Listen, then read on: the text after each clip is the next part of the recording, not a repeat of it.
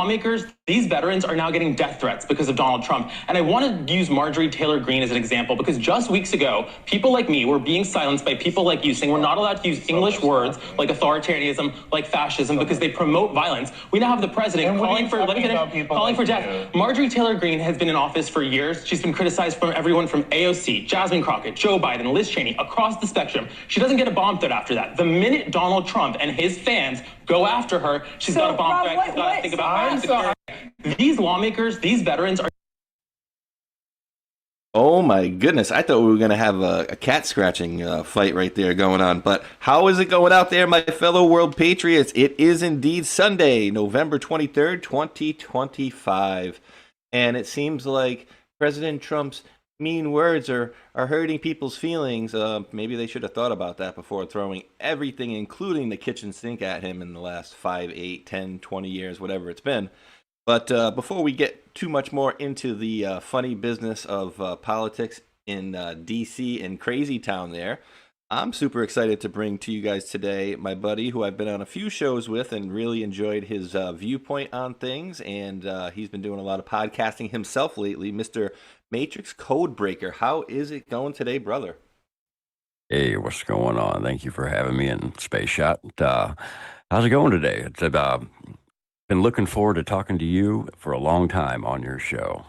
Awesome. Well, here we are today, and before we get into too much more of the the origins of MatrixQdeBreaker, because we will get down that road, and when you got into conspiracy theories and when you found our favorite letter there and all this, that, and the other stuff. But what are you making of, and I kind of probably know where you're going to go, but like, what are you making of all this stuff? Because they're bringing up like Marjorie Taylor Greene here and saying, oh my goodness, she's been attacked by everybody. It's almost like they're defending her now. It's kind of funny, but what are you making of all this, dude? Because I know I love your viewpoint on a lot of these things.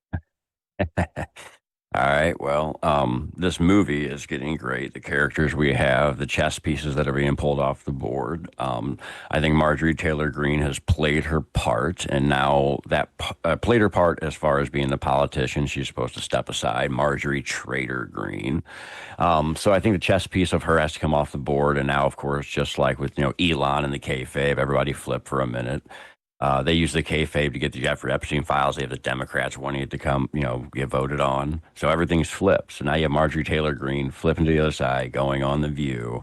All I see is the movie playing out the way it's supposed to, and I find it hilarious because now we see MSM on the other side losing their minds and defending her. So suddenly she's a good guy to them. And I think it's great. It's part of the movie. It's going to wake people up. That's it. I think the plan is going exactly as it's supposed to. Yes, love it. And dude, here's the funny thing, right? You brought up Elon, right? And the funny part about that is, wait, hold on. Who was the guy that was inferring that President Trump was the pedo a few months ago? And he was all over the Epstein list. And now that same guy, President Trump, is actually posting out, oh, thank you, Elon. So I hope I didn't ruin the gag on that one, but I mean, are we just seeing the same thing that we saw with Elon with Marjorie Taylor Greene? Now, is that what you're kind of getting at? You think, or? Yeah, that's why I said it in the first place. It's like 2.0 basically. As soon as we saw it, I was like, it's just like Milquetoast started with Kaylee McEnany. Yeah. Oh, she's Milquetoast. So I was like, oh boy, here we go. And of course, I cover Fox News, so when I see here Kaylee McEnany's Milquetoast, I'm like, oh no, here we go. What's going to happen now? And it's so funny, right? It's like, well, if me and MatrixQdeBreaker had a big public fight and he was calling me a big pedo and this, that, and the other, and we had this online fight and whatnot, I don't know that just a few short months later I would be posting right here, me being Donald Trump and you being Elon in this scenario. Donald Trump reposts out a MAGA voice, which had also within it a post from Elon, which says, oddly enough, I would like to thank President Trump for all that he has done for the America and the world. That's not like 1 + 1 = 2. That's wait, you were a pedo 3 months ago, and now thank you. Scripting, scripting much? What do you? Exactly. Again, that just goes to show there was kayfabe the whole time. It was just part of the movie to get people to look into it. Like getting a voice like Elon calling him a pedo made people go, "Oh my God, he's in the Epstein files. We got to see them now." That was just part of the game to get people to look into it, to ask questions, to say they want to see him now because of Trump being in them. That got everybody talking about it again. Boom. You set it to play in motion. Basically, is what you did. Yes. And we keep seeing this over and over, but you know what? Unfortunately, a lot of people, they're not seeing the game for what it is. They're just coming out and saying, "Oh, this person's bad," and they're turning on Trump and, whatever. And so, with some of the things, of course, we're going to have to see how they play out. But me and you are kind of seeing the same thing because we're seeing this over and over. We're seeing the repetitive nature of this fake fight and then makeup and then, and I think the overall arching point of it is to kind of like you mentioned, right? Is bring more attention to it, because when you have somebody like, because this is how I looked at it, and I don't know if you look at it the same way, but Marjorie Taylor Greene, she was all in for MAGA, all in for President Trump. So you look at her as like one of the closest allies, right? Like she was always backing President Trump. She was always voting conservative, right? And then what a better way to get somebody to, bring attention. Because did you remember, I know you saw it when she was on The View, right? When she went on there and how politely she was welcomed. Now, if she was defending Trump, that would have turned into the biggest catfight for an hour, right? Yeah, yeah. I mean, she did have a few lines in that thing that was she had to carefully word herself and work around what they were doing. But yeah, she they praised her for most things, but she did stop them from trying to catch her in certain traps. Let's just say. So it was a scripted thing, and she looked really uncomfortable. Let me just say that. Yeah, I loved it. I am thoroughly enjoying this. Okay, so while we push all that aside for a little bit, let's get into your story. So, I'm not looking for, all the lifetime growing up, but I like to basically ask people, like, when was the first time you started looking around and noticing things weren't normal? I'm talking, anytime before our favorite letter came into the fold, our favorite letter of Q, of course, but I guess the first time you looked into conspiracy theories at all, perhaps what we call quote conspiracy theories, and don't badger us. Unfortunately, all these conspiracy theories came true. But when did you start, noticing things weren't as they were? I've told this story before, and this might surprise people when I tell people the age I was when I asked my first question that made me question other things. I'm actually sitting in about 2 feet away from where I asked this question to my mother. We're going back to being 4 years old. Sitting there learning to tie my shoe. Yeah, learning to tie my shoe.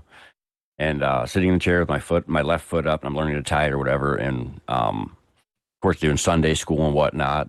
I looked at my mom and I asked her this question. Hopefully I word it correctly, but I said, if you need to know who Jesus is to go to heaven, if the kids in Africa, the poor kids in Africa that don't know Jesus, do they get to go to heaven, or do they get? It was something along that line, and my mom just stared at me, and her eyes were wide open, and she was like, "Did this 4-year-old just ask me that question? And what the hell do I do?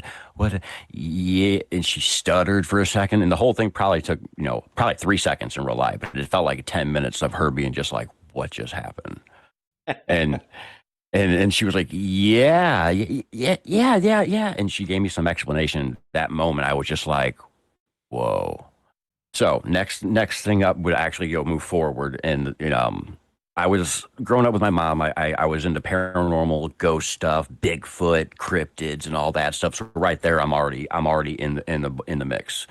The movie The Matrix really opened my mind to start us off. That's where I took the red pill, and I'm like, whoa! And it made things I had questions about start making sense in a way if I looked at it a certain way. But then what kicked everything off officially was 9/11. I was a sophomore in high school. So 9/11, I was just turned 16. Is it? Let's see, let me do the math right. 2001 September. Yeah, so I had just turned 16. I'm a sophomore in high school, and 9/11 happens, and I have to go into homeroom or whatever it was called in the morning time, and they wheeled the TV in, on the big thing, and we got to watch what was going on and whatnot. And in that moment, like I'm just watching it, and of course, at that time, I didn't know about New York, much about it. I didn't really know about the Twin Towers. I had seen pictures. I just knew there were buildings. But I see all this happening. Everything's just all this information floods in. This we're about to go to World War III is how everybody's talking about it and whatnot. I'm freaked out. I'm a sophomore in high school. All I cared about was sports. I'm a baseball guy, a hockey guy. I love all sports, man. Same. And all of a sudden, this happens. My thought process, at the time was like, I like GI Joes and all that. Growing up, it's like, man, when I got to high school, maybe I'll just go, be a GI Joe, do the army thing or something like that, be a Marine.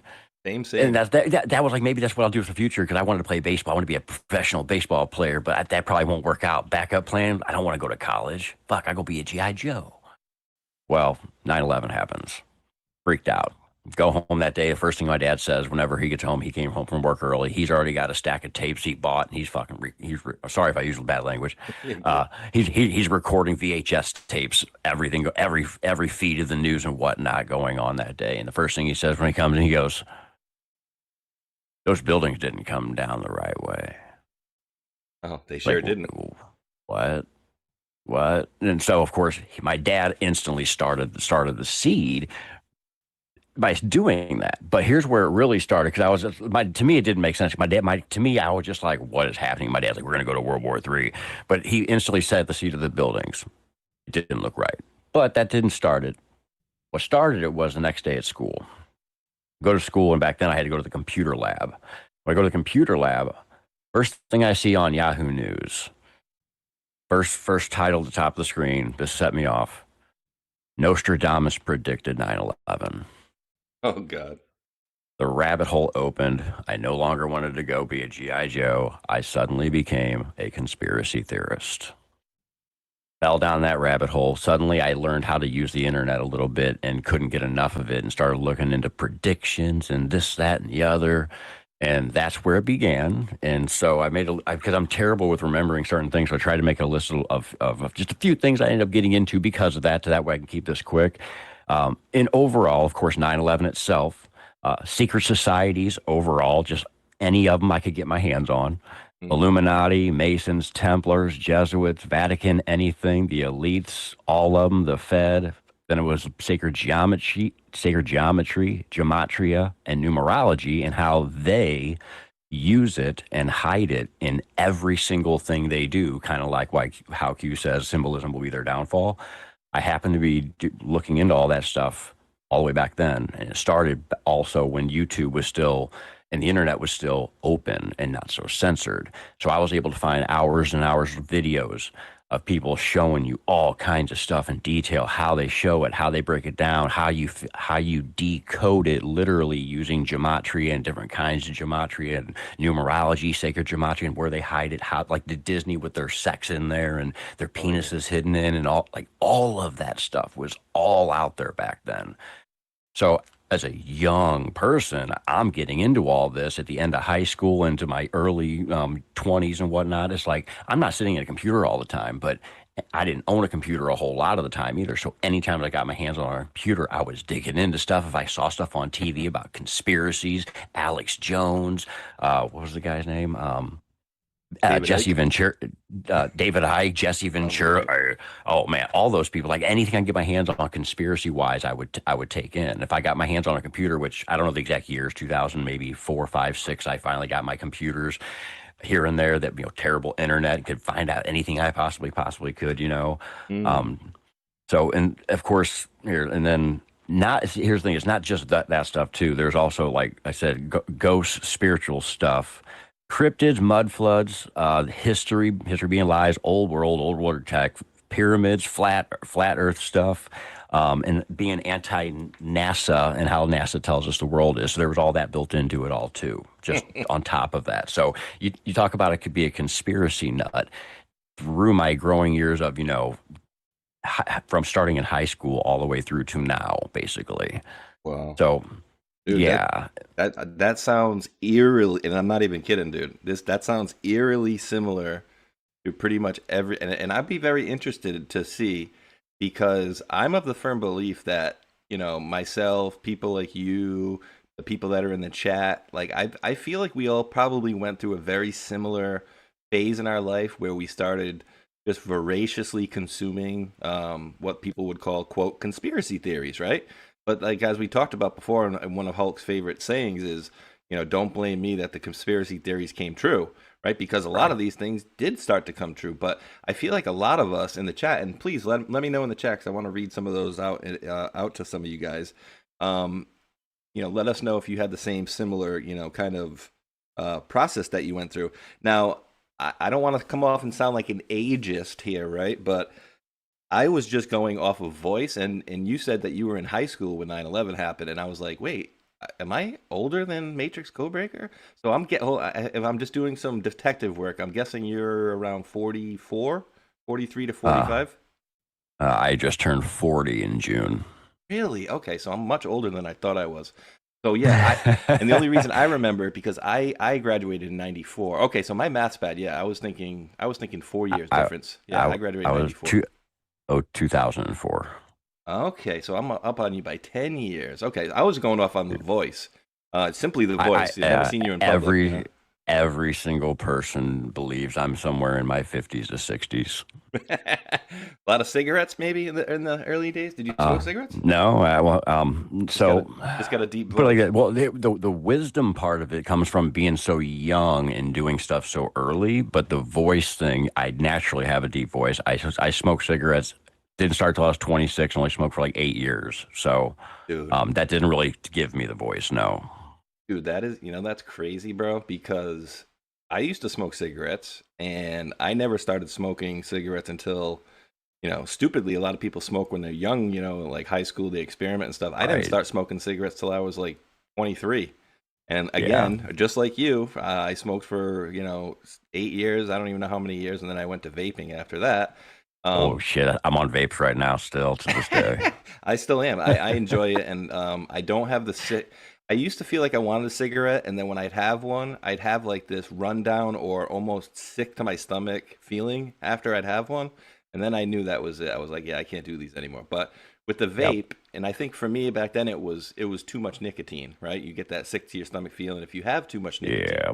So, with vaping for me, it's like I could take a puff, I could take two puffs, but I don't need to smoke a whole cigarette's worth. So, not telling Right. everybody, what to do for their health reasons, but you were talking about, one of the things that woke you up, and one of the things that woke me up too. And I said something on the show on the show with Rambo and Joe the other day, and thankfully Patrick corrected me.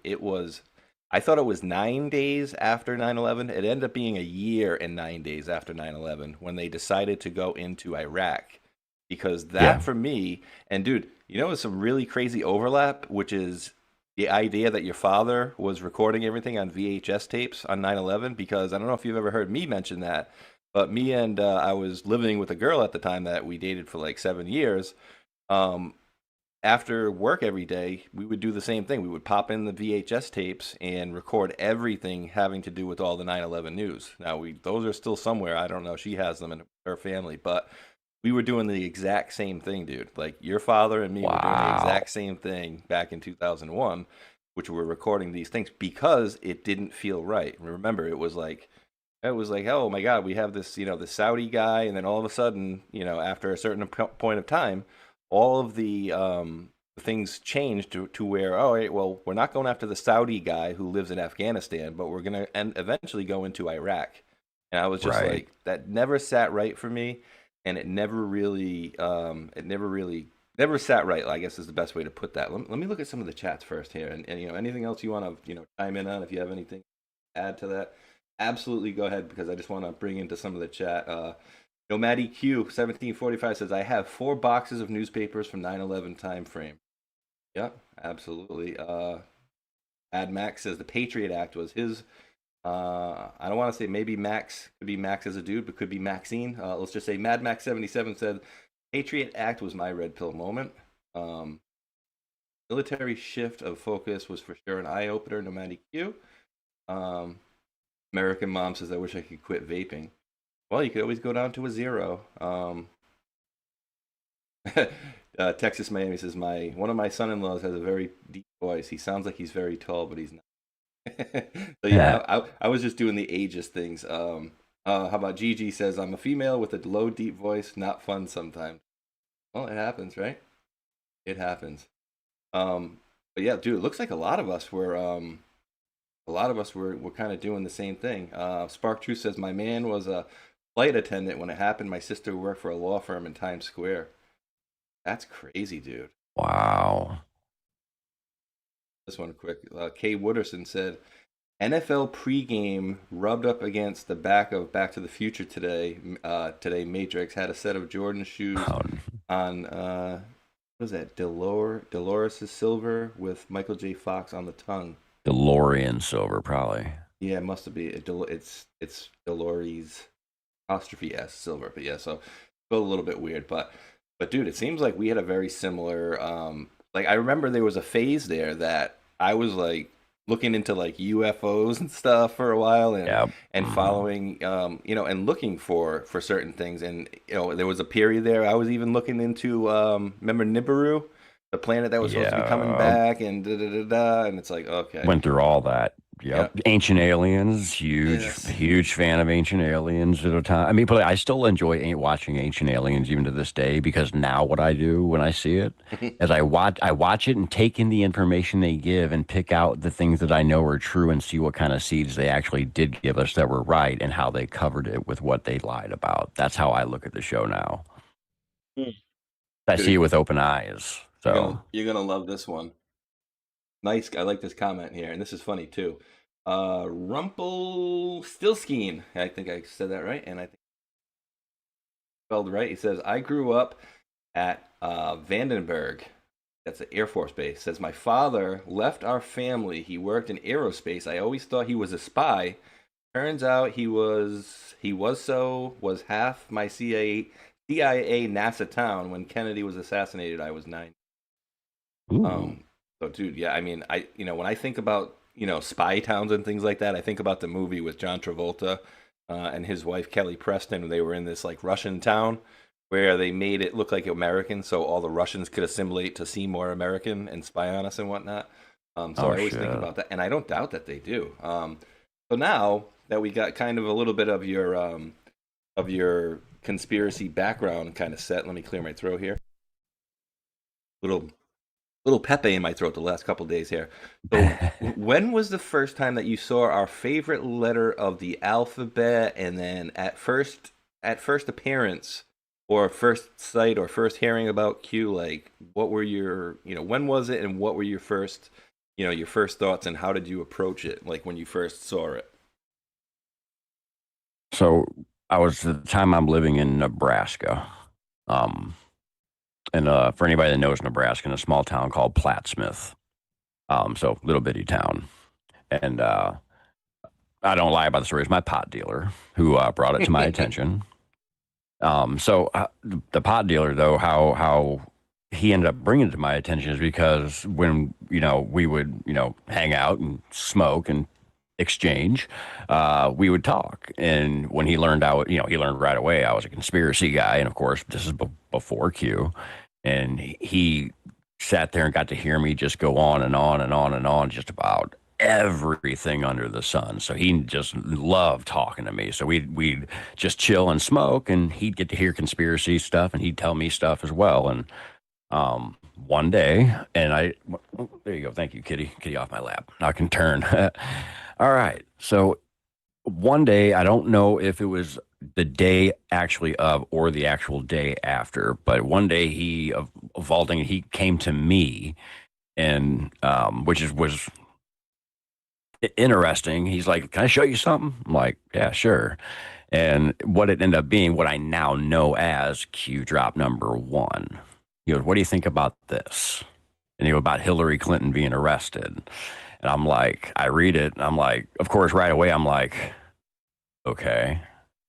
So that's in 2 days or whatever. So and I just looked at him. I go, let's see if it happens. So a couple days go by, nothing happens. So he hits me up, and I'm like, well, all right, I'm already out. I don't know what to tell you on this. He thought it was interesting. So, because of course I don't, I'm not a Hillary person, but that thing got his attention to bring it to me. Well, over the next few days and couple weeks, he kept coming to me saying, "Dude, come check this out. It's still going. It's still going. It's still going."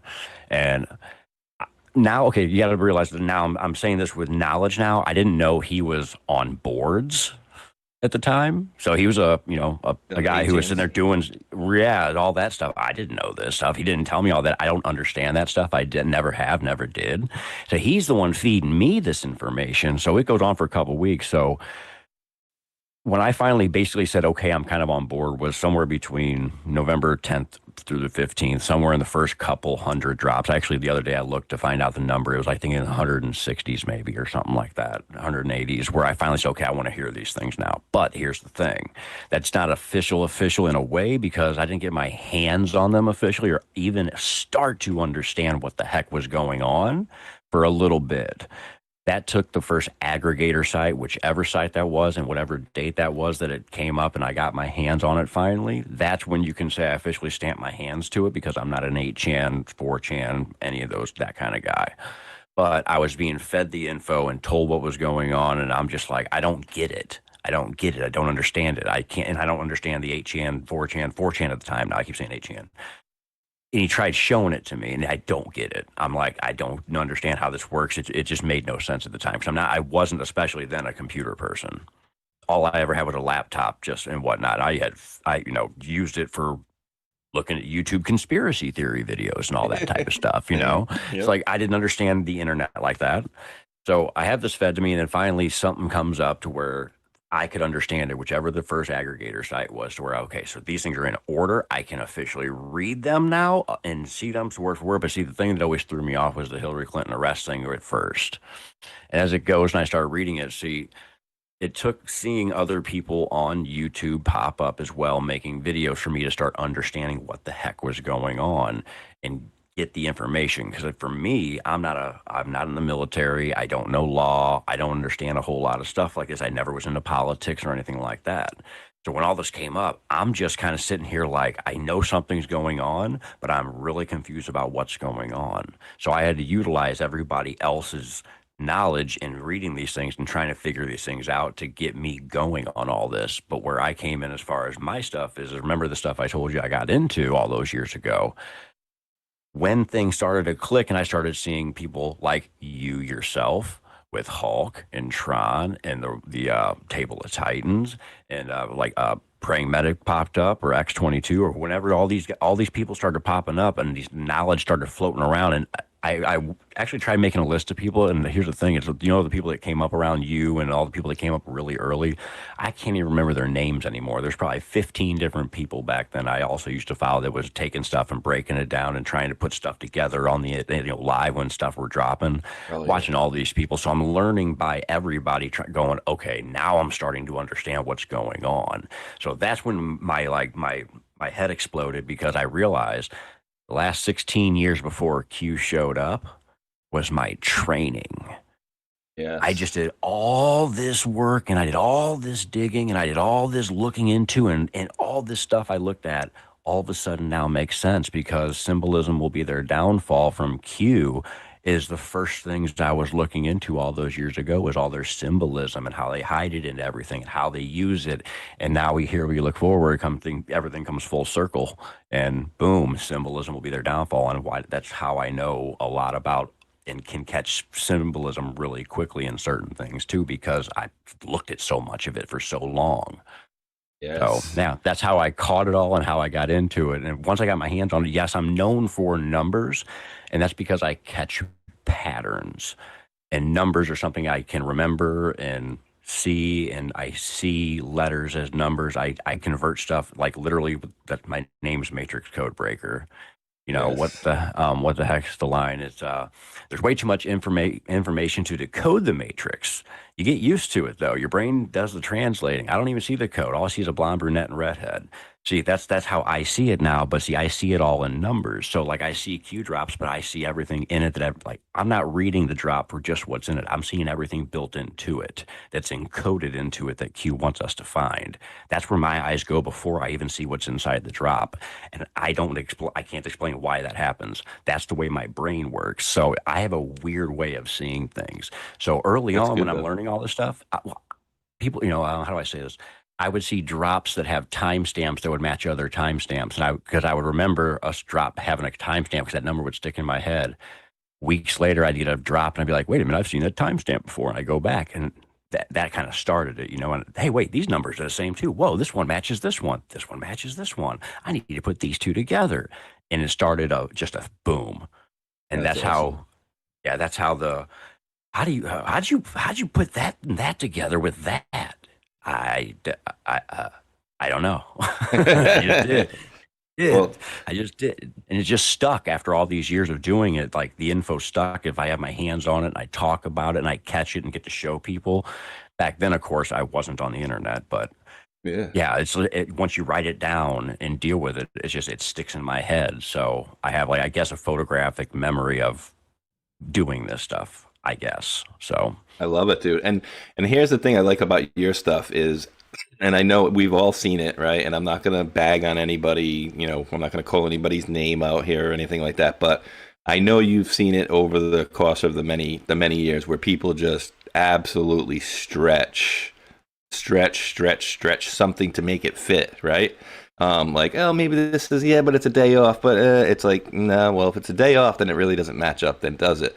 What I like about your stuff is like, there's no stretching, right? For finding the truth or finding the decodes that you show.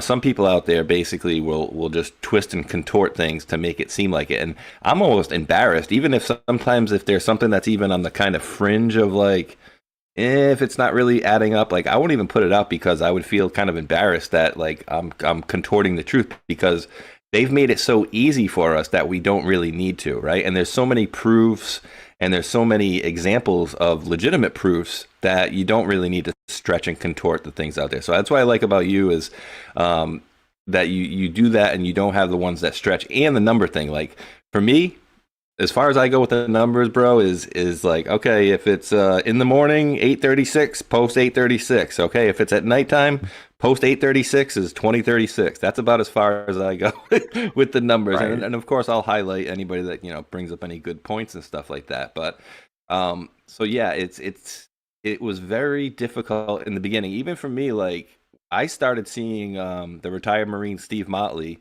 He was one of the first guys that I mentioned that I've seen ever talk about it. Like when I first started doing it, there was like, I think Praying Medic probably had started by then. I know Jordan Sather had already done it. A funny name, maybe some of you new people out there maybe not expect to do it, and maybe you know her, maybe you don't, which is Tracy Beans. She's a Miss, straight-laced reporter now, but she was one of the first people doing Q back in the day. Calm Before the Storm post, Jerome Corsi tried to subvert the movement at least twice. One time when he was on the drops with Calm Before the Storm with Baruch the Scribe, and Tracy Beans came back into the room and said, "That's not the real Q. Tell everybody that's not the real Q." And she did. She followed her directions, told everybody that the real Q wasn't the real Q. And then later on, Corsi went away for about 3 or 6 months, and then he started doing Q posts. I don't know if you ever saw any of those, but they were cute, dude.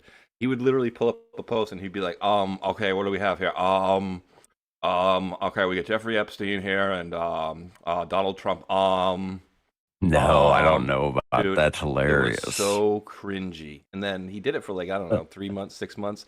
And do you remember the post that they were showing us all like the iPhones in the tractor trailers and stuff? He literally he saw that post and he goes, I can't do this anymore. This is just this is nonsense. And he got up and that was it for him. And I'm like, yeah, because nobody's buying your BS, buddy.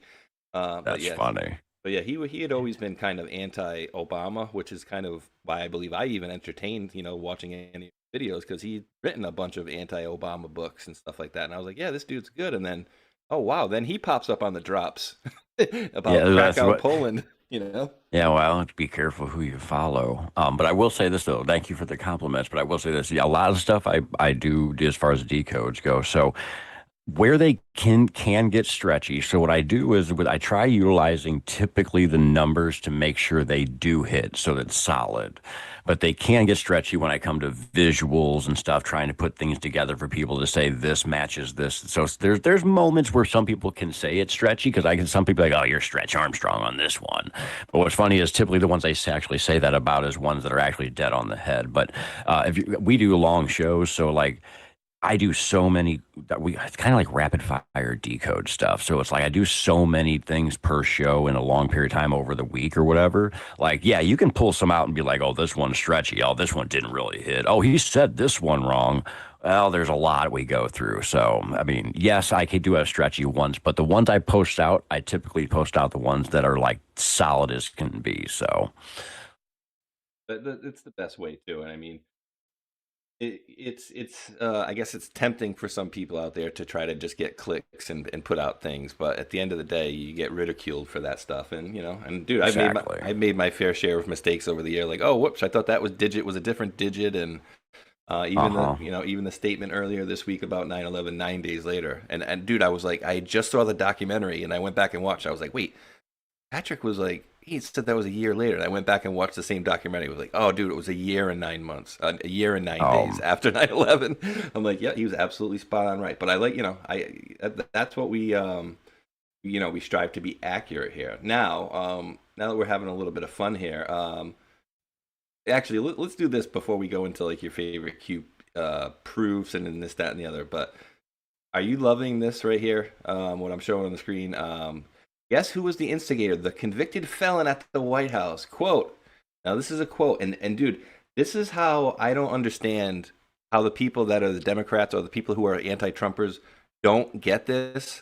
Like, you have a legitimately convicted pedophile right here who, as far as I can see, he was rubbing shoulders with Trump back in the day. We know as of 2008, or I forgot what the year he kicked him out of Mar-a-Lago was, but we know of 2008 he was arrested as a pedo, this, that, and the other.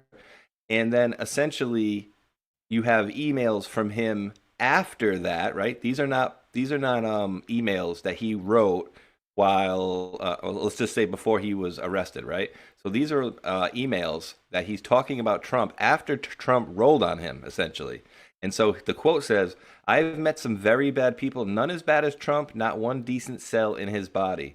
And that post or that quote is coming from Jeffrey Epstein, allegedly from his email somewhere, that, which I don't even know how are we getting all these new emails now in 2025, soon to be 2026, when these things have supposedly been out for years. But anyway, he's bagging on Trump, and the Democrats are putting this out like, see, Trump's a bad guy. This convicted pedophile guy didn't like him. But what are your overall thoughts on what we're watching here? I think I got an idea, but the floor is yours. I mean, honestly, I'll keep it really simple. I take absolutely nothing from this. I look at it, laugh at it, and keep going because I know the truth. It's just them lying and claiming that's a quote. If it's a real quote, okay, Jeffrey Epstein is the evil MRFer. So, of course, somebody like him is going to say that because he couldn't get Trump to flip. He tried so hard to get him to flip. Trump's the one that got him arrested. Trump's got the one that got him in trouble. Trump is the triple, quadruple undercover agent that's going to get all you people, and you couldn't get him to flip. You have nothing on him. Of course, you're going to say he's the worst person in the world. That's all it is. Whoop-de-doo.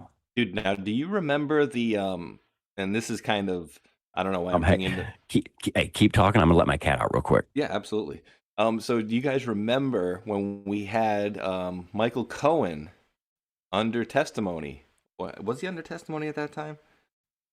I believe he was under testimony, so don't hold my feet to the coals on this one, but I'm pretty sure he was under oath at the time in Congress.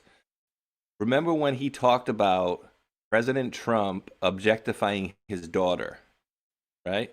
He said something along the lines of he was talking to Michael Cohen, or Michael Cohen said he was talking to Donald Trump at Mar-a-Lago, and then either the daughter came walking up or walking by or out of the pool, and Trump said to Michael Cohen, apparently not knowing that it was his daughter, even though he was his great, his lawyer or his assistant for quite some time by that point, oh, I'd like to get a piece of that. And he's like, oh, that's my daughter. So yeah, whatever. He continued to be his attorney for how long after that, or continued to be doing business with Donald Trump for how many years after that. Like, I often wonder if that's a whole kayfabe thing too, the thing with Michael Cohen. But allegedly he went to jail, and that's the other thing. Again, did he really go to jail?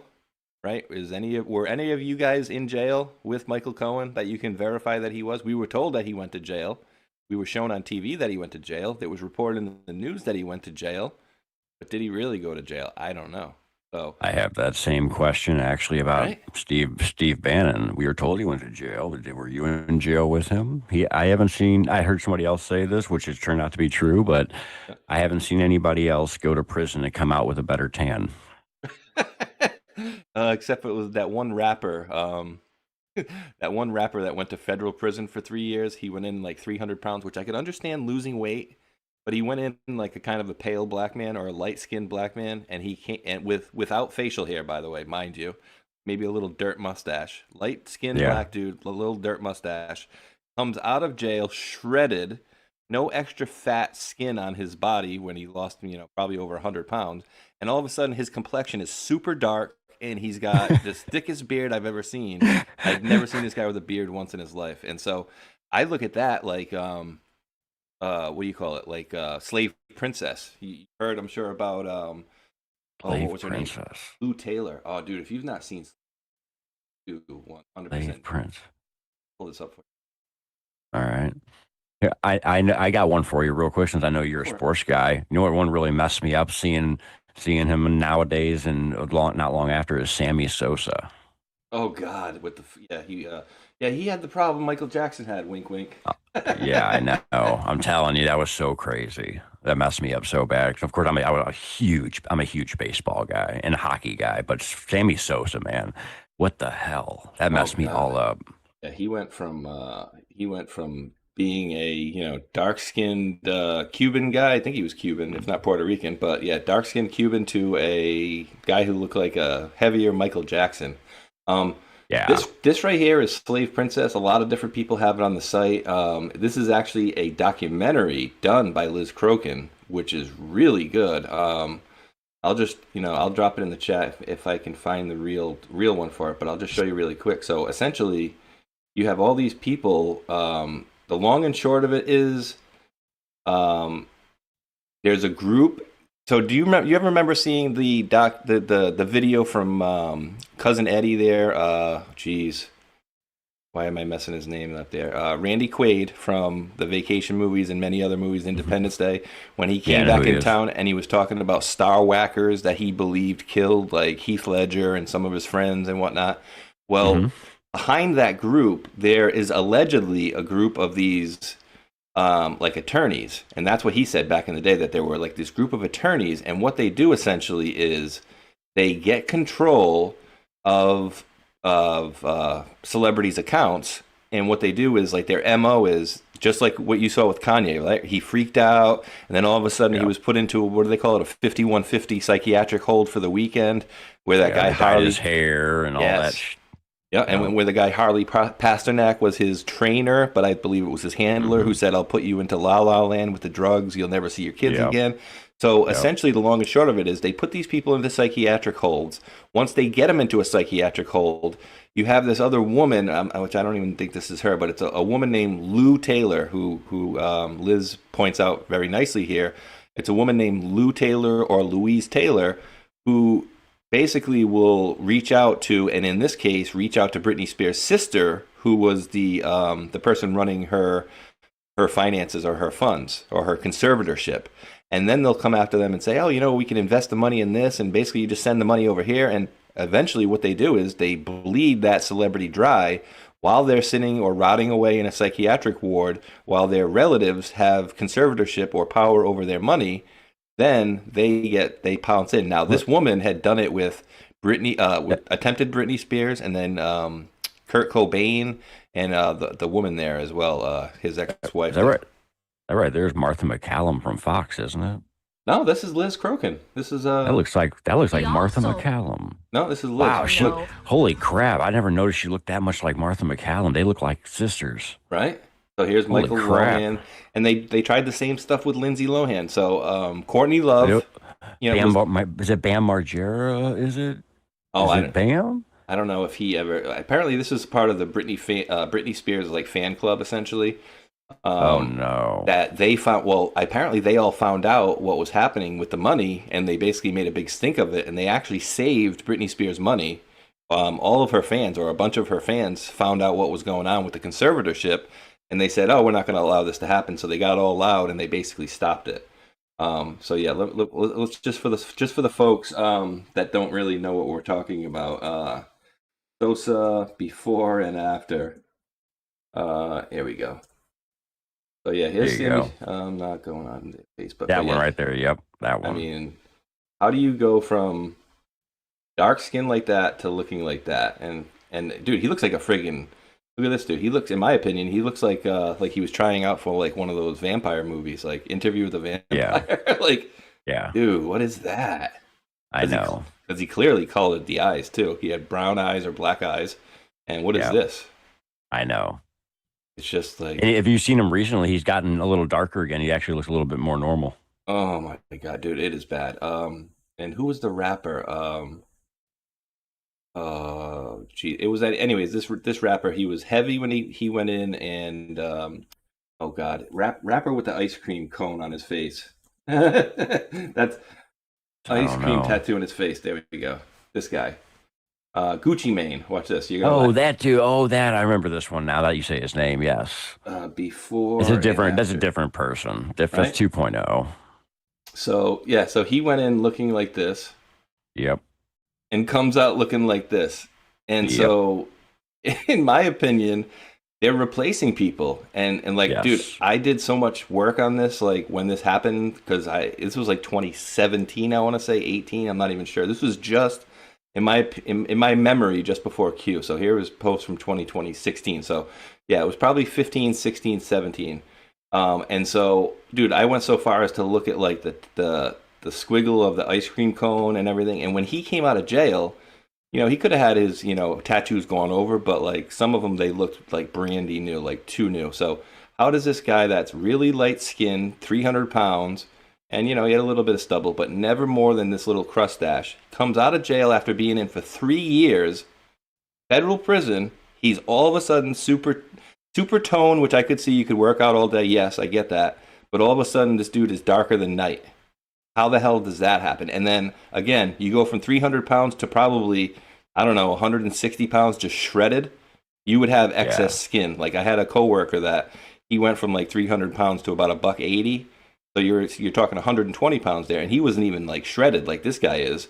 And he had all sorts of like excess skin in his stomach that he had to later have go like removed.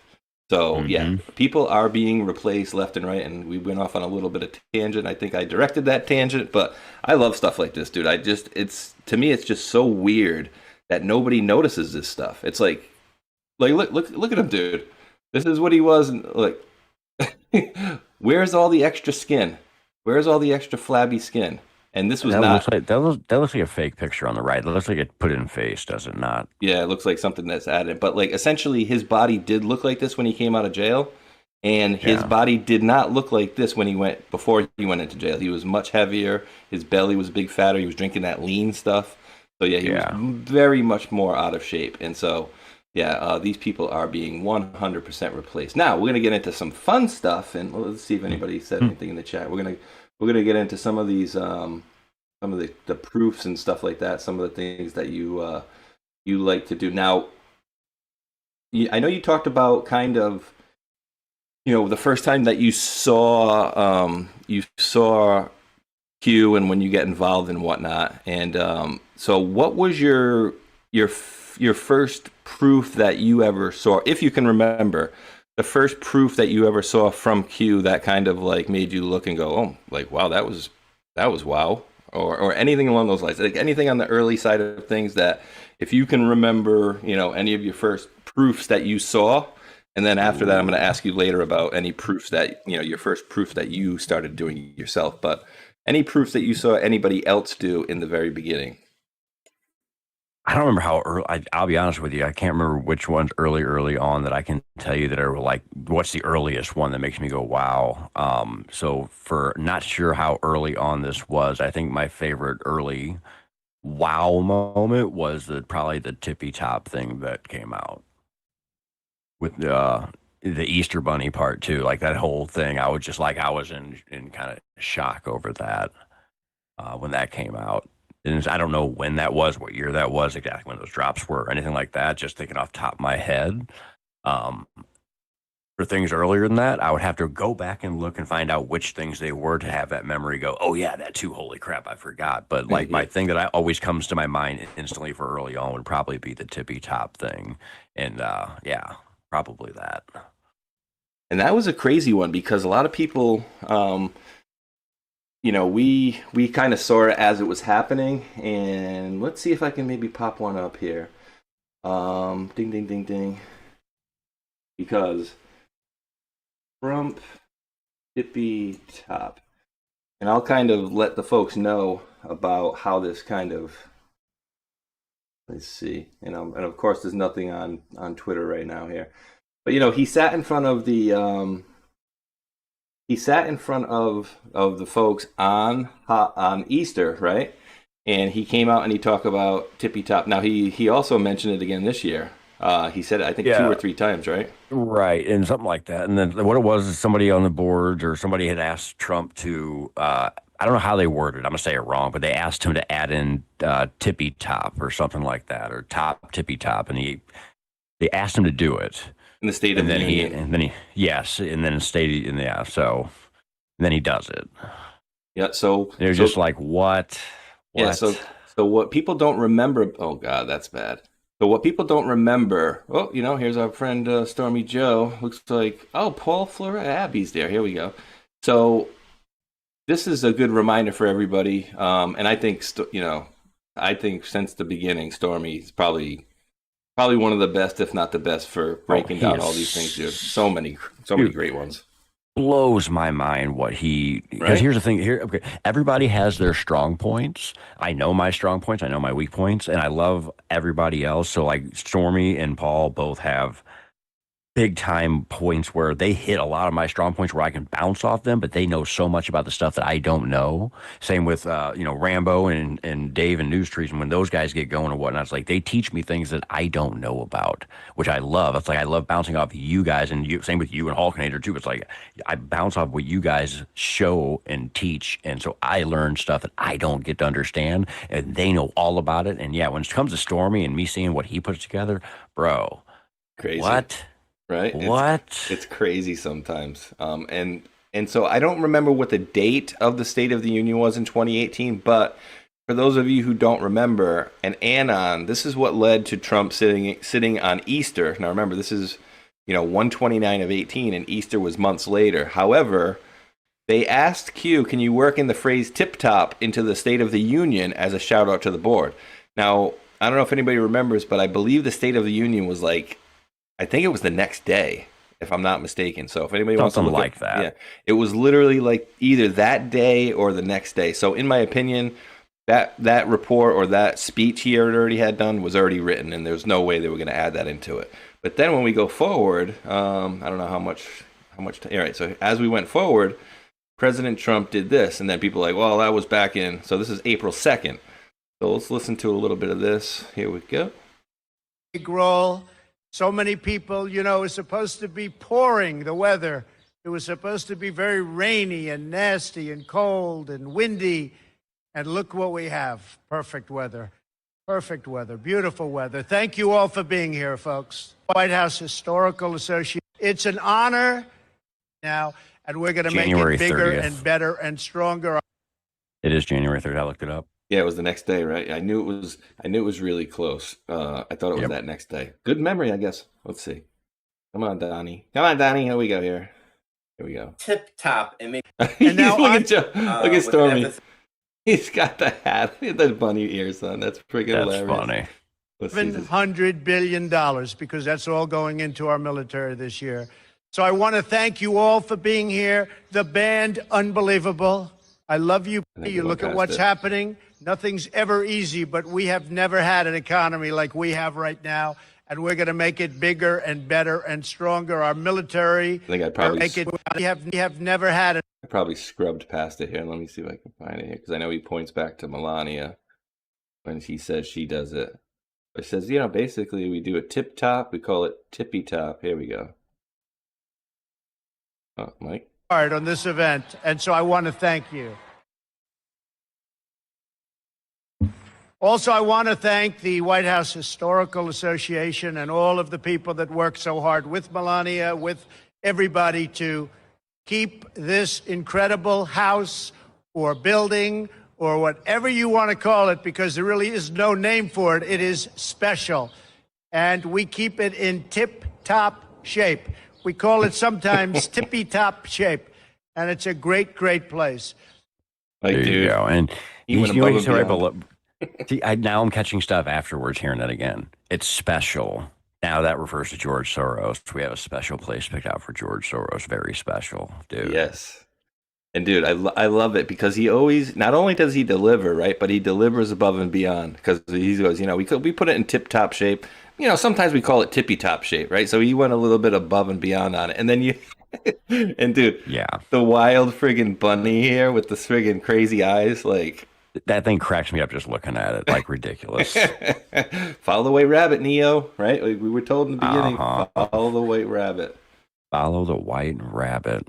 Oh, I love it, dude. I absolutely love it. Okay, so now, actually, go real ahead. quick, by the way, since you just said that, follow the white rabbit, I have a question for you. Sure. Pull up the drops real quick. Blatantly.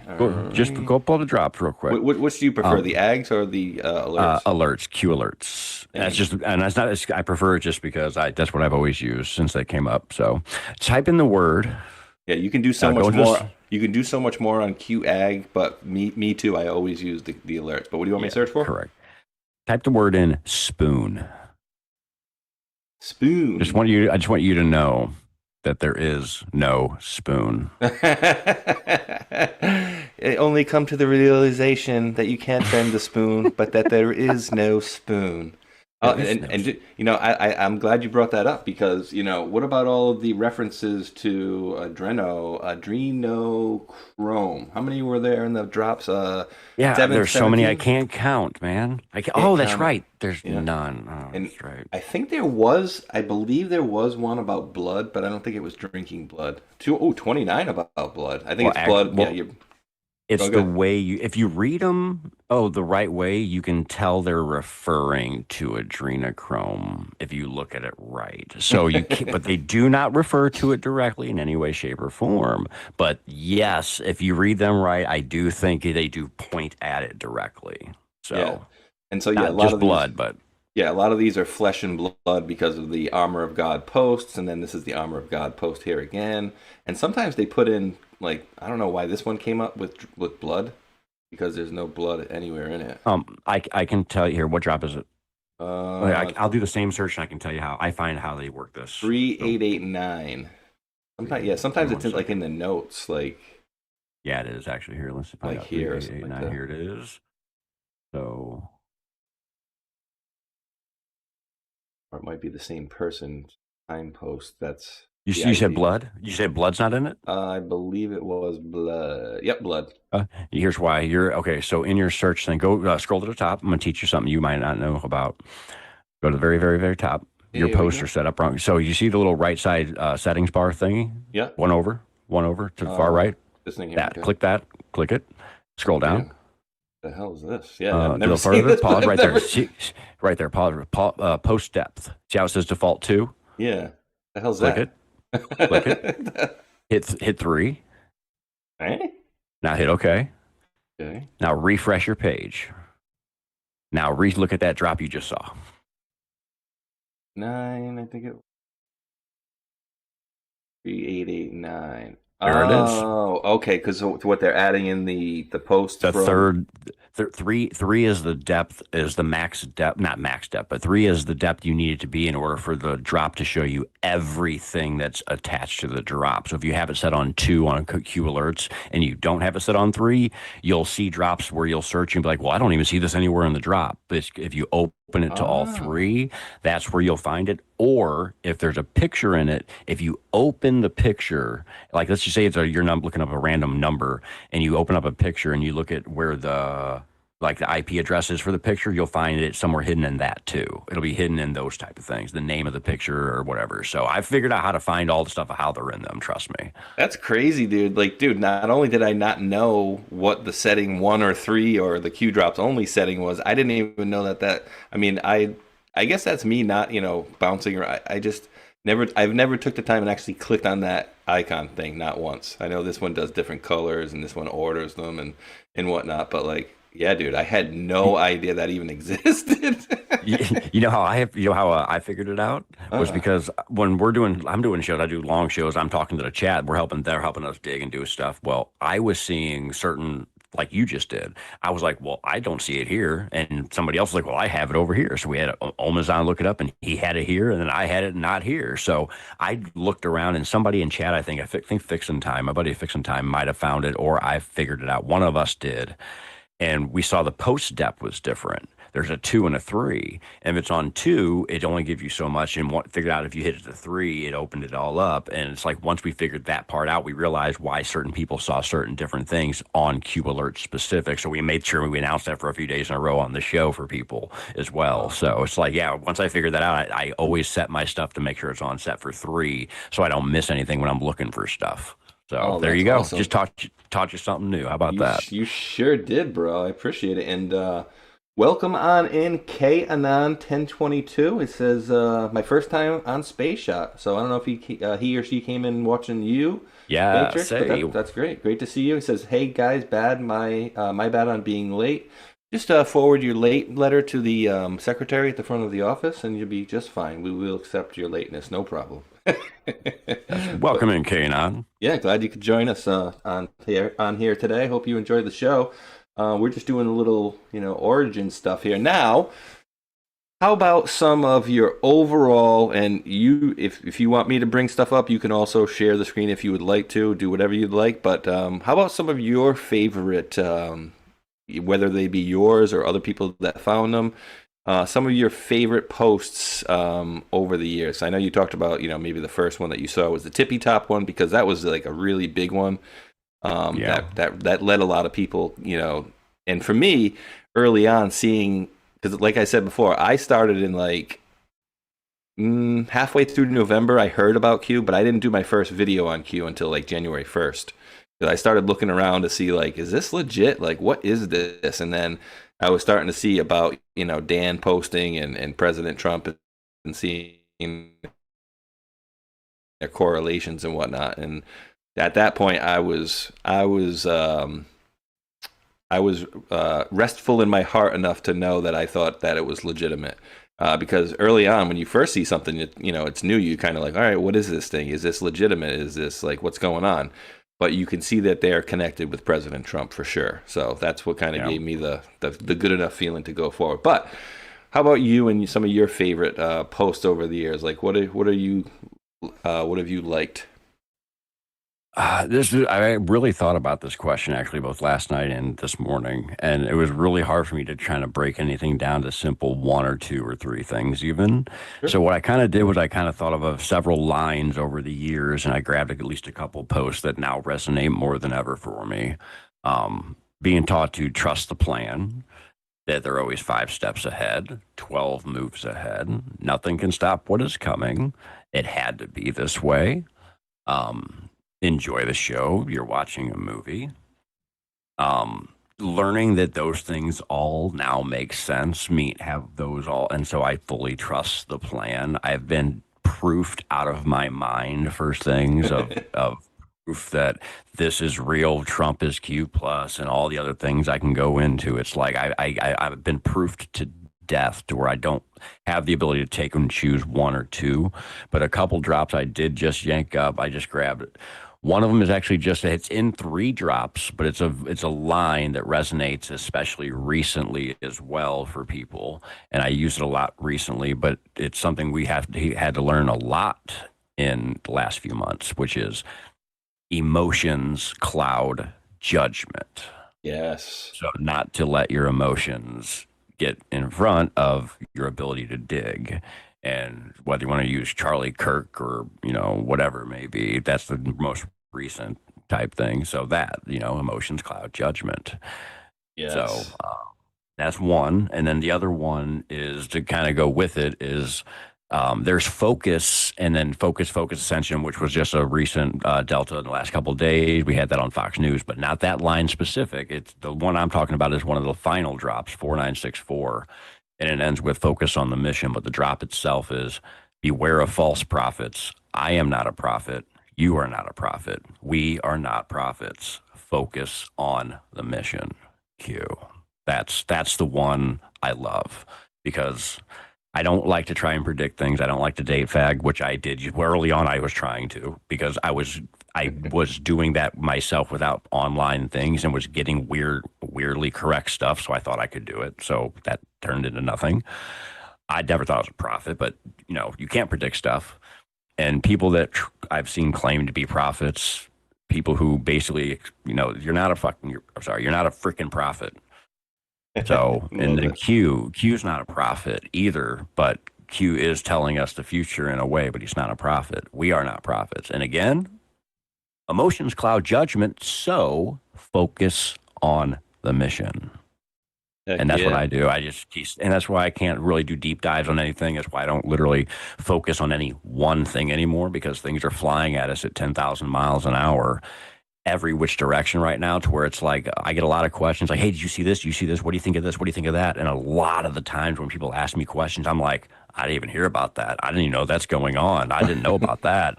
Because there's too many things I can't keep up. They're like, did you see Trump's post? I'm like, I can't even get on Trump's post anymore because I'm doing so many other things. I just see what I see or hear about now. Like when people are like, hey, there's a big one. That's when I go over and check it out and see if I can do something with it. Like I just can't keep up. I can't keep up anymore. There's so many. I mean, dude, every show that I do, I have so many leftover links that I don't ever even have time to get to the point where by the time I get around to the next show, that news is now, 3, 4, 5 days old. And they're like, I let, you know what I mean? I'll let that fall off and then I'll prepare for my next show, which I'll have 40 whatever links ready to go. And then maybe I'll get to 25 or 30 of them. And then I let another 10 fall off because by the time for the next show, it's new news again. But dude, you actually brought up, I think this is going to go down. I think this is probably going to go down as my favorite post of all time right here. And this is one of yours as well. You must show them. That's part of it. Yeah, there's one other wording. This whole thing, the whole thing really is a great post. And so I'll read a little bit of this here. It says, only when evil is forced into the light can we defeat it. Now you could see why the bad guys would want all this horrible information, off of the lines because it's so bad, right? Only when they can no longer operate in the shadows can people see the truth for themselves. Only when people see the truth for themselves will people understand the true nature of their deception. Seeing is believing. All right, and here's where it starts to get into my favorite post. From here down is like, I love every bit of this. Sometimes you can't tell the public the truth. You must show them. Only then will people find the will to change.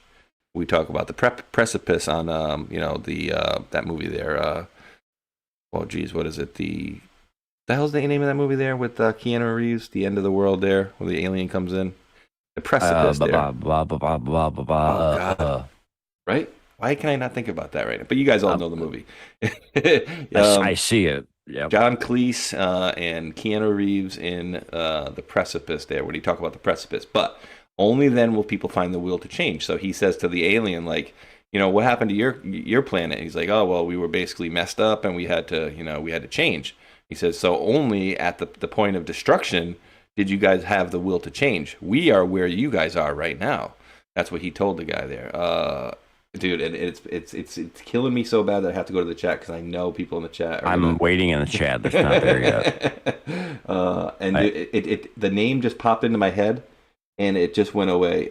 Stood still, right? Earth stood still. The day the Earth stood still. Oh, dude, it literally came into my brain like a flash and went out. It was like I saw the word stood still, and then it went poof, right out of my brain again. I saw that one in the movie theater with Keanu Reeves and was very unimpressed by it.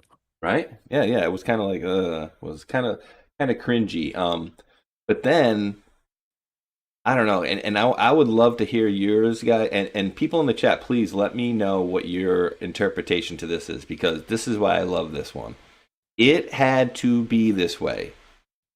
I specifically keyed in on these ones here. Now, of course, I love God, love that God wins, but it had to be this way. This is not another 4-year election. God wins. I mean, dude, we could talk about this post for like the next 3 hours and not get done, and keep touching on angles to it. But for me, this is the one. This is actually the one post that I got cued on, where I put this. I think I put this part from here. Sometimes you can't tell the public the truth down. Into a speech that Trump made, where he said, "Congressman, should we go in there and clean it up?" And he says, "No, let's show them what Democrats will do to our country," essentially. And I overlaid this post to it, and that's what I got cued on. But I'd always loved this post because for me, this told me so much, right? It had to be this way. It's not another 4-year election. So wait, why didn't it say this is not your typical administration, right? So they went out of their way to tell you this was going to be a 4-year administration. That's how I look at that. But the floor is yours, brother. Like, what did you make of any of all this, and what about this post that you liked or didn't like? Well, looking back at it now, my thoughts on every single post has changed throughout the years. Every single almost day I look at them when new information comes out. So the way I see it now is sometimes you can't tell the public the truth. You must show them. Okay, that part alone, and also skip the next line, but then you have it had to be this way. It's not another 4-year election. All that, including the line I skipped, but those together, I think, point to 2020 election through now, or when Biden, quote unquote, Biden left office. His time in office is I think the moment. So you can't tell people, you must show them. They had to put Biden in order to allow certain things to happen, to show people certain things, including the COVID stuff and everything that went on, including George Floyd, the riots, and everything else in the time frame Biden was in office, whatever, So, well, George Floyd, I know the riots, the first riots were, of course, with Trump and whatnot, but I'm talking about like when everything went on, you have to realize is that everything is set up a certain way. If you understand a bit of how the plan works, everything has to happen a certain way, right? Mm-hmm. So you set things up with riots. 6 months later, you have Jan 6 and Biden go into office at the same time with the military control. It's like there's this whole thing going on, all set up perfectly. So your show starts basically when Biden goes in, is how I look at it. Yes. So you must show them. So Biden goes in and you have a guy with dementia who obviously is not the same person with a mask on. His ears are suddenly attached.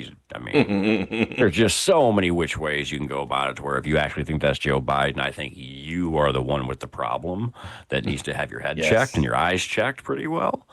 So it's just like one of those things that's so obvious, and they're making it obvious. I think further along we go, they made it more and more obvious. It was what it was, and I think they're even telling us more and more now. It was what it was by giving us all this information, and it had to be this way because you can't just tell people the truth.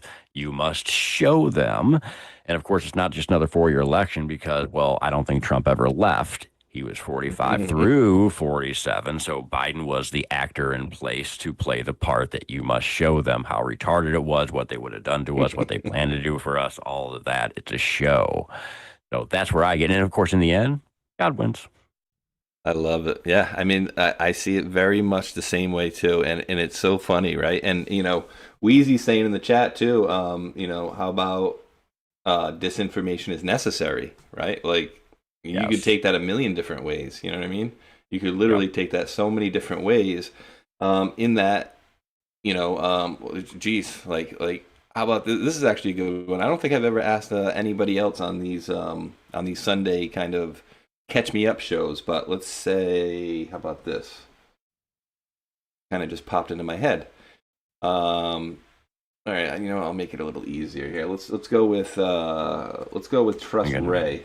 I knew you were going to say Trust Ray. I knew it. Well, I mean, just Trust Sessions, Trust Ray. I mean, first, I don't believe for a second that Donald Trump and Jeff Sessions were ever fighting. I think that was the same as the Elon, the same fake fight that they had going on there about the Epstein list and whatnot. We even had a post about Sessions talking about how he was essentially the only one in Congress who had never taken a dime that wasn't his, right? They went out of their way to tell us about this. And we were also told about Sessions that, hey, sometimes, essentially I'm paraphrasing, but essentially it's like, sometimes you need to take it on the chin and then later on become the hero, right? Yeah. Like, So Yep. basically, we were told that he was going to be basically the hero later on. But what do you make of all this stuff? You know, is Well, that this information is necessary to you, or how well, are you reading these? I want you to know that number one is okay. So you got to see the world through my eyes. This is yesterday's delta. Look at the drop number. It's yesterday's date. Oh, 11/22, yeah. Yep. And the date starts with what? 4/10/20, which is DJT. Oh, crap. Yes, it does. All right. So there you go. There's your welcome into my world. So now what do you say? Oh, trust Sessions, trust Ray, trust Kansas, trust Horwitz. See, that's what I look at first. I look at all the stuff up top and I see what I see before I ever even look down at what's inside the drop. That's how my brain works. Yeah. So, all right. So trust Sessions, I'm agreeing with you 100% on what you said. Trust Ray was just misinformation or he could have been one of those plants put in a position to purposely have things happen to allow to catch other people, which is why you trust him and then X him out, similar to Marjorie Taylor Greene recently, where suddenly she's a traitor. So now, is he really? I don't know. Kansas, if I'm correct, I'm going to say it wrong. Is it Solomon? Is that right? I'm pretty sure that's I always get these wrong. Pompeo, right? Pompeo. Okay, Pompeo. Maybe it's Pompeo. Or see, that's the thing. Whoever it is, there's that person. Horowitz, Huber. Now, as far as Horowitz and Huber, honestly, as far as I don't know, I could not give you my honest opinion on those two of whether those are dis or misinformation on that. Because again, I don't know who is actors and who are not. The simplest one for me to jump at are the first two I brought up is Ray and Sessions. Sessions, I think, is a good guy. I've said this from the beginning on all my shows. Like, I don't know what it is about him, but I think in the end, he's going to be a special piece. You called me a hero. I said I don't know what to call him. I just keep saying he's a special piece. That's something. Don't know what, but something's big. And then Ray, it's weird that you end up bringing that up because the drop where his face is X'd out. Oh yeah. There's a comm we just got over the last few days that brought us another drop that connects to this, which I think you'll find very interesting if I can figure out. It's how was it worded? No, it was. If I can figure this out, I might be able to find it. Oh, take your time. I'll say hello to some folks in the chat here. Okay. Yeah, the movie sucked. New case says coming. Children of the Popcorn, Song Babe says, good afternoon, Children of the Popcorn. I love that. They don't call Sessions the silent executioner for nothing, Song Babe. Yes. And I was actually going to pull up some of those things as Codebreaker was looking at. So here's actually the part that I was talking about, guys.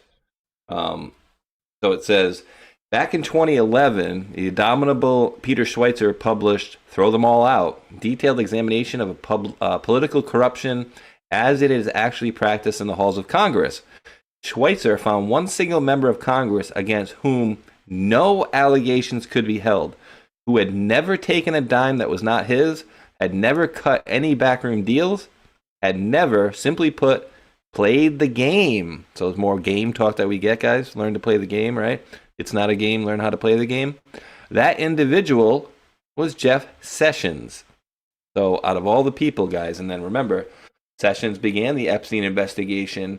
When that is revealed, those who doubted may see the light. The wheels of justice turn slow, but when they turn powerful. 10 times speed now underway. We are back online. Pelosi attempted to block the Q drops. Thought that was interesting. Very interesting. So many. And still to this day, like, I don't know if anybody ever truly figured out what the class 1 through 99 is. Is it classified? Is it senators? Because when they were listing this stuff early on, they would list like what looked to me like to be senators. So maybe if I could copy this. I think it has about 25 meanings. Honestly, I think it's one of those things where it's learned multiple meanings, double meanings. I think that's specifically one. That one specifically has a ton of meaning, in my opinion. Very, very possible. I think because in a sense, because I'm the weirdo with numbers, I can link it to so many things. I think it has the ability to be more than just what, of course, it claims to be on its face. Yeah, I mean, and dude, remember, I'm pretty sure that there was one in 2017, but at the absolute latest, They told us all about the spy campaign and everything they did January 19th of 2018. And yeah, there were definitely other ones in 2017. I remember that for sure. So if I go here and go to the oldest ones, once you start going, I want to say they're like in late November, November 20th or something like that. Maybe even the 17th. Who knows? But but that's when they basically started telling us about this stuff. And there's what MatrixQdeBreaker was talking about, because it was April, January, February, March, April, 4/10/20. 10/20. DJT's right there. We serve at the president of the pleasure of the president. the president of the pleasure.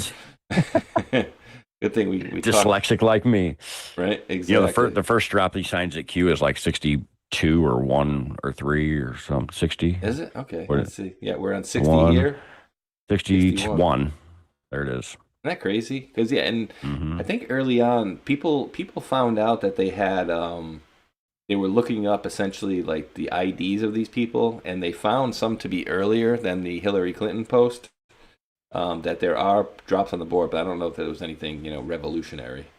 Right, and I wish, because I don't understand how to do all that, I wish somebody would take that information and create a board and create drops that have numbers leading up to number 1 and put those out so somebody like me can look at them to see if I can find correlations to them. Because I find that extremely interesting, and I've never got to really see those unless somebody's posted them. I've seen them once or twice before. I don't remember, so. Yeah, it's difficult.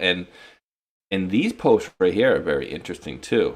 These I love those, the graphics and whatnot. Yeah, because not only I think not only are there there are Q posts in here, but there are also posts from the boards in here now. Looks like something like that. Yeah, the way they post them in there, they're clips from the board itself. That's how they kind of post them in there. So that's a way you can actually see them early on and whenever they were doing that.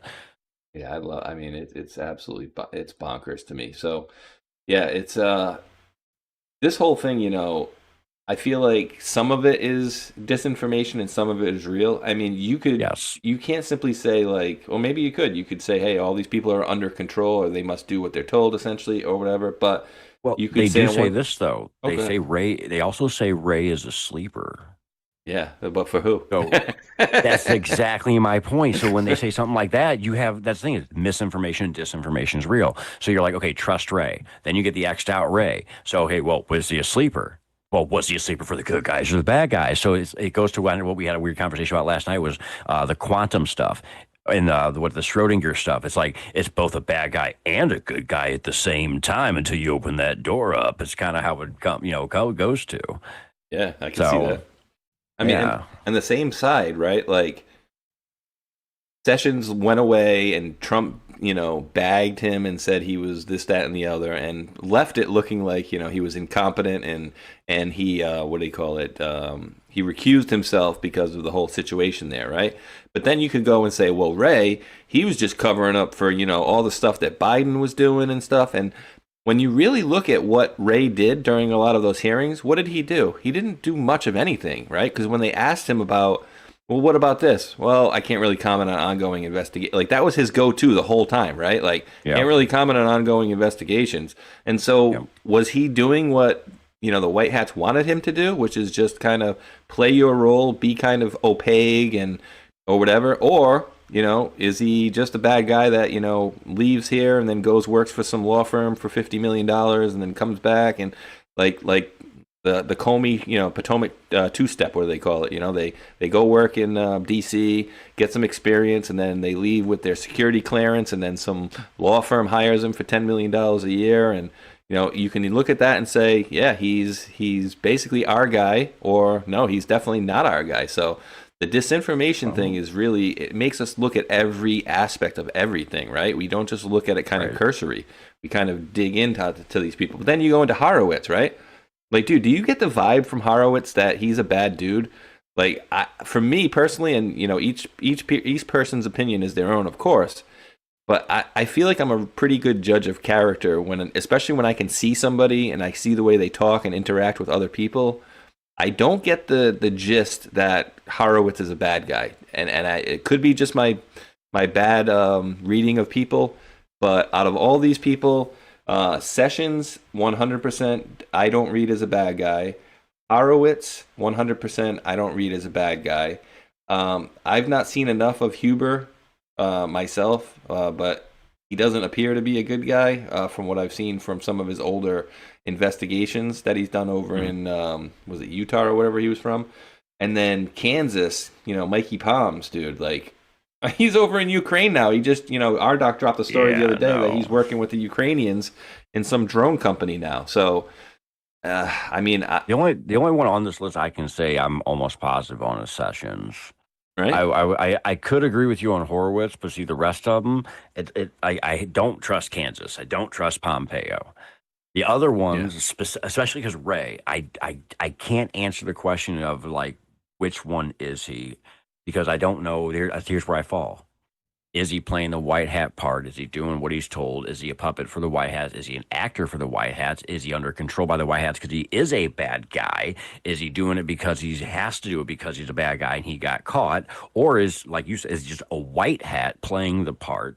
Or there's another thing me and Omazon talk about too. Is he whether or not he's a white hat or a black hat doesn't matter, but he's put into his position to allow bad people / good people to show themselves. So he plays the part of being a real person in a real position, but his point is to be the person that allows bad or good things to happen so you can catch the bad guys in the progress. And then he eventually gets either thrown under the bus or not for whatever reason to play his part so he doesn't get killed by those guys that he got caught with. And he's an actor, which way or not you want to look at it. So he's playing the part of he's helping the good guys catch the bad guys, or he's a bad guy put in the position, forced to allow the bad guys to be caught. Kind of like, almost like Mamdani is where we're looking at too. Like we don't know about Mamdani. We're like, he's put in this place he's a chess piece to make everybody freaked out, but he's really there to allow certain things. We don't know, but we're like, he's one of those people. We're like, what's going to really happen with him? He's there to do something, but what is it? Yeah, and I think you bring up a good point about that too, and about possible motives that these people could do. Well, let's say Ray back in 2019 or whatever it is, 18, 19, and comes out and says, yeah, we found that these guys did this, this, this, and this, and Horowitz comes out and throws the book at them. Could they have prosecuted these people back then? Maybe they could have, but we still had a lot of these federal judges that are in place that Trump's been kind of replacing and basically highlighting others that are basically working for the other side. But they could have kind of went after these people, but I feel like this, the pause, right? I don't know that it ever says it in the drops. I don't recall off the top of my head, but the pause, I believe, was necessary. I don't think it ever said the pause was necessary. But I'd say the pause. Yeah, right. It just said, and again, I read it had to be this way as kind of the pause, right? Like, hey, it had to be this way. We had to let these guys get back in because we needed to show you once they were given back power and after they were just sidetracked for 4 years because they never thought she would lose, that essentially they were going to come in and wreak havoc and be allowed to do what they did. Basically when Trump left under COVID and this, that, and the other, and just raising hell left and right. So I think that we needed to be shown that example as far as, air quotes when Trump left office, right? Like that whole thing had to go down the way it did, or else we wouldn't have woken up the amount of people that we did, I mean, that's the way I look at it. I don't know if you agree with that. Well, yeah, it had to be this way. You had to show them. Again, you couldn't just tell them. You have to show them. It had to be this way. Now, let me see. What is your? I know I've asked you about your first proof and your proofs and stuff like that. And what is your all-time favorite proof? Was it the tippy top, or are we talking other things, or maybe it's even something that you found? And then I also wanted to get you after that to show some of the things that you do and some of the proofs that you do, because I enjoy the Fox News stuff too, because it's very interesting to me. Honestly, then I'll make it simple. I kind of combine it into one because it is hard for me to take other people's proofs and remember all of them because of me doing all mine all the time. Oh man, trying to think here. For somebody else's proofs, man, I'll be 100% honest. I can't think of any just off tippy top of my head. How about that? The tippy top. You can't think of the tipping top? For other people's proofs. Like No, there's so many people that do yours. such great work. There's so many people that do such great work too. It's like that's what's ridiculous. I love seeing other people do decodes. That's my thing too. So, but since you like the Fox News too, I'll give you something that blew my mind. Here, let me make sure I have this pulled up correctly here on my end, because I pulled something up to make sure I knew the words to it. Let's see, where is it?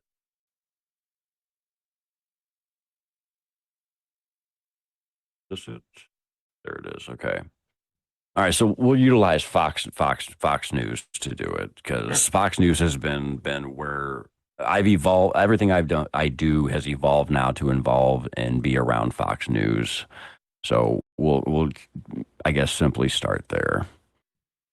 Foxcom, right. 17 by 17. I like the Foxcoms. I had to create that after all the stuff that was. And actually, what's funny is what I'm about to start with and show you guys is what led to me making that Foxcom. So here, I'll go ahead and share the screen if I'm able to. You should be able to. Let me make sure you are. I'll just make sure you're a co-host here, just so. All right, co-host. Yes, you should be able to.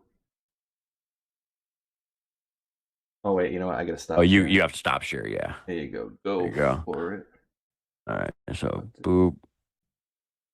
I shouldn't need sound. No, I'll just share sound anyway. Just in case. If we echo, let me know. That way I can unshare sound. Yeah, we don't play with that StreamYard crap around here. We won't get any of that echo stuff here.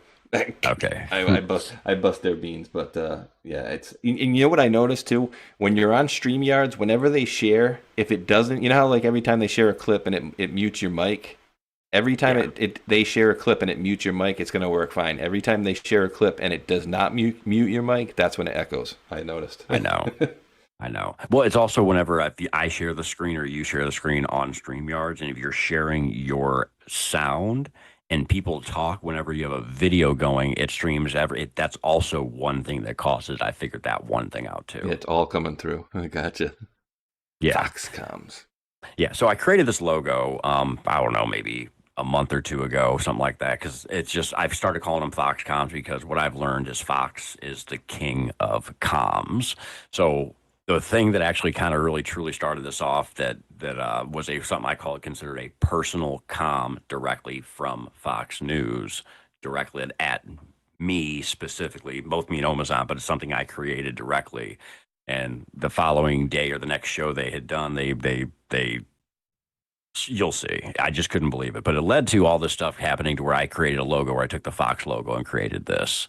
So I have that on every show now when we're doing Foxcoms and whatnot. So first, let me I'll go to the drops first, because there's one piece so people understand why I also believe and know certain things are certain ways. 394.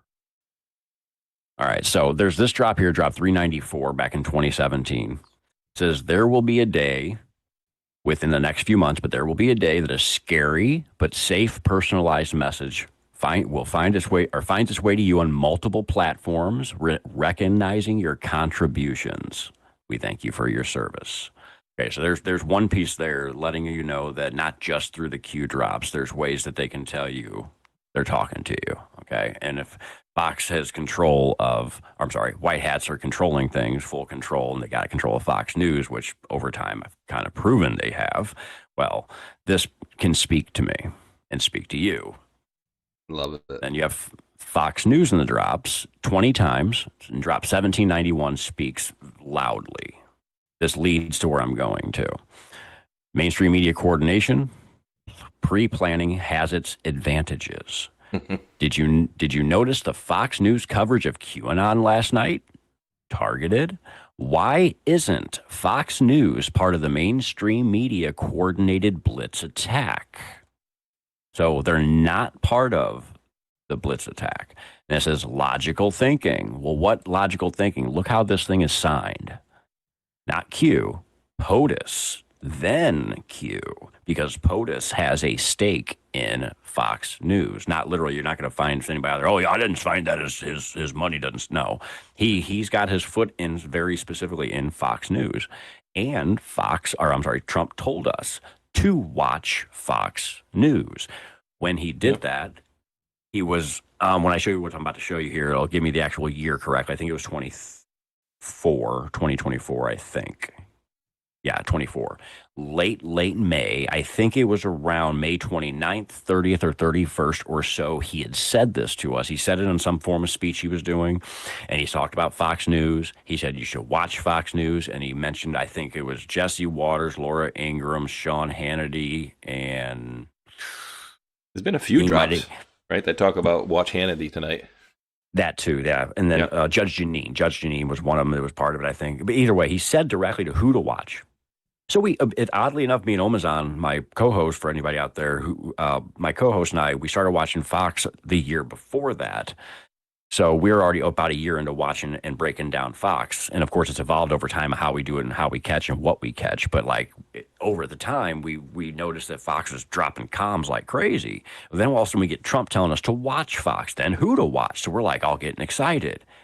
And then check this out. So I told you right around the May 29, 30, 31st or so is when Trump said this, which eventually I'll find the clip to show everybody about this. I've told the story a few times and don't have the clip yet.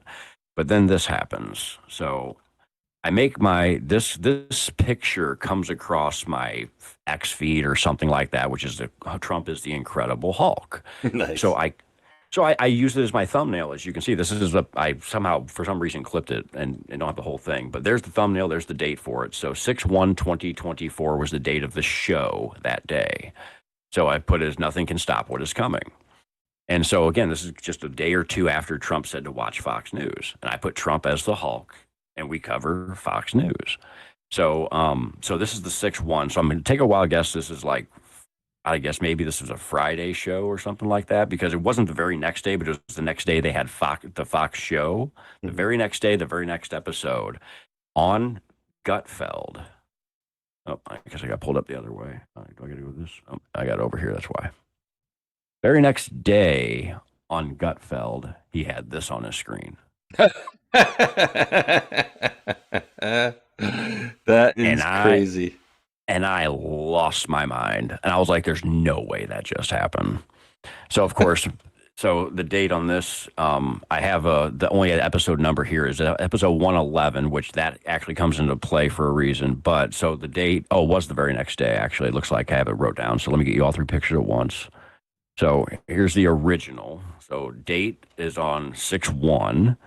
And then the next time I had a show was on my birthday, 6/5, but I put it together. So the episode was the very next day on 6/2, apparently. Episode 111 was on 6/2, and I posted out my thing on 6/1. So the very next day, after getting told to watch Fox, they took my thing there and put it on Greg Gutfeld the very next day.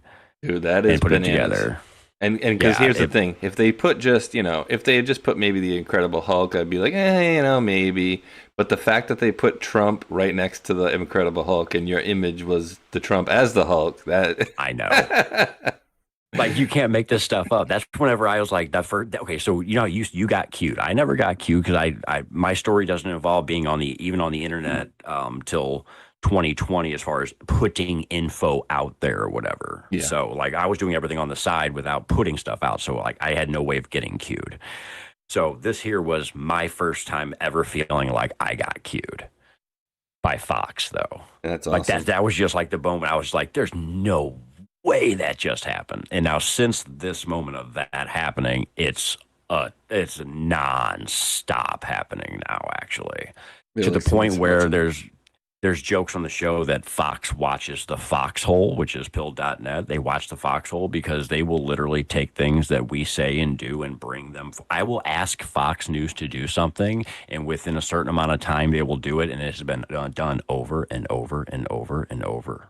Oh, hell yeah, they do. And, dude, not only that, but, we may have mentioned it while we were on the roundtable with Joe, but, like, dude, I'm telling you, while you're doing the show, don't be afraid to ask Dan for a proof here and there, because he's listening in, too.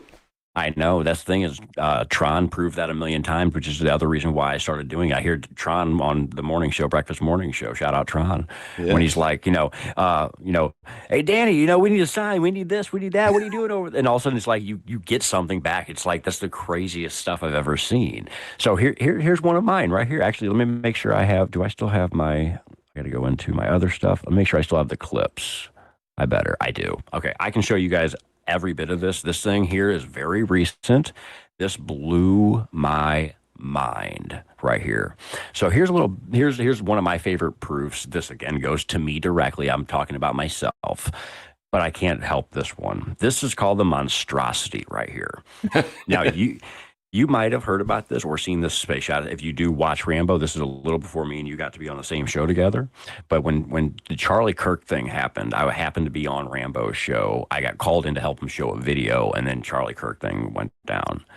And it just so happened this whole thing started in that moment, because this piece of it right here, it's called the monstrosity for a reason, but this piece right here, when he got quote unquote shot, I did his birth date to death date, and something happened right there live on air.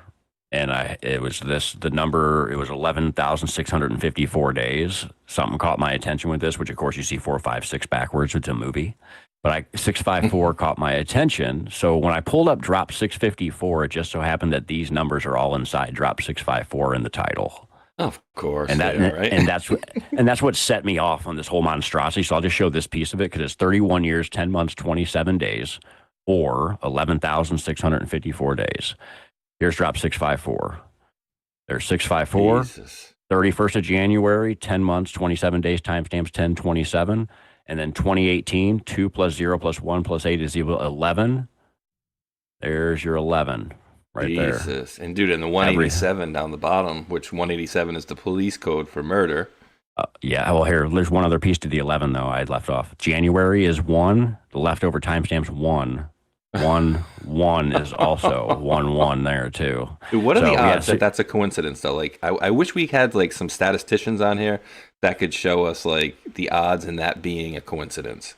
Because it has to be astronomical. It is. Just that one. Just that part of it. Right. I know. And then wait till you see when I slowly zoom out of this thing here, like the 187 murder. There you go. Then you have, let's see, when's all this?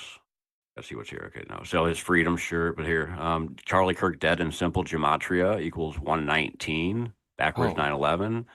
But what's drop 560 is on 119. There's 119 for Charlie Kirk dead. What's his initials? CK 3.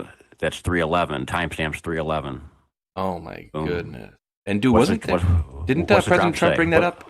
The shot heard around the world. Oh yes. And dude, okay. So you could also look at the first one with Trump, but I don't know if there are any links or codes or decodes that work with that one. But the Charlie Kirk shot around the world. That's why I don't even call it the assassination or the shooting anymore. I call it the incident because I don't know what the hell it was. But I know what the official story they told us was not legitimate. But dude, and I didn't mean to interrupt you, but didn't Trump? I know within the last 3 days, again, he also brought up 119 again. Yeah, it was 119%. He actually upped it. He started with 117, then he said 118, then he said 119 in consecutive days. Because I caught all three and pulled each drop up each time he said each one because we happen to be covering them. That is crazy. Yeah, you said what it connects to. Look at what I showed you already is this little bit down here. Just that. That's what I mean. Yeah, so there's a monstrosity. I named it, right, because it's so crazy.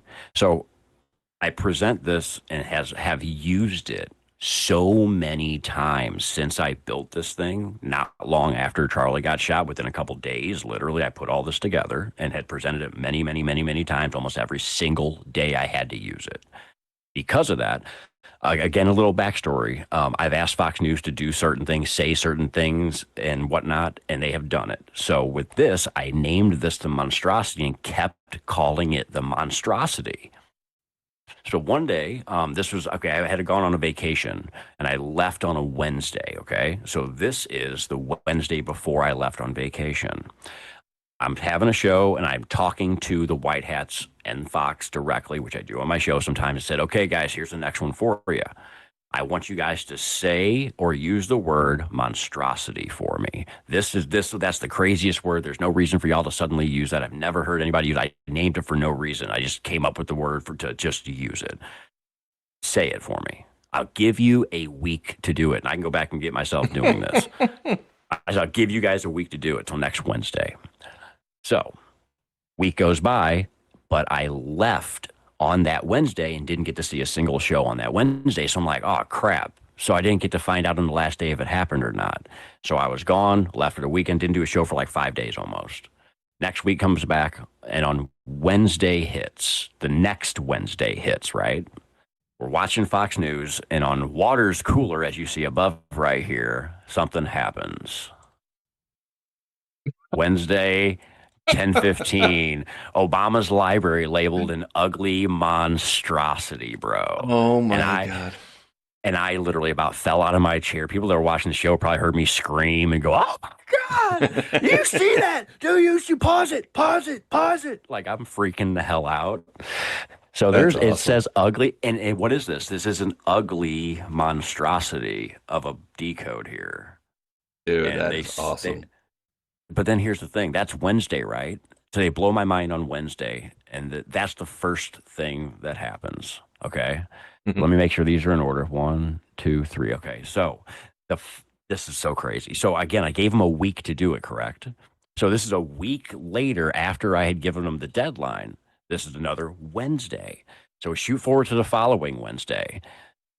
Or I'm sorry, well, the Wednesday's the final day. The following week on Tuesday night, Jesse Waters, one more time, by the way.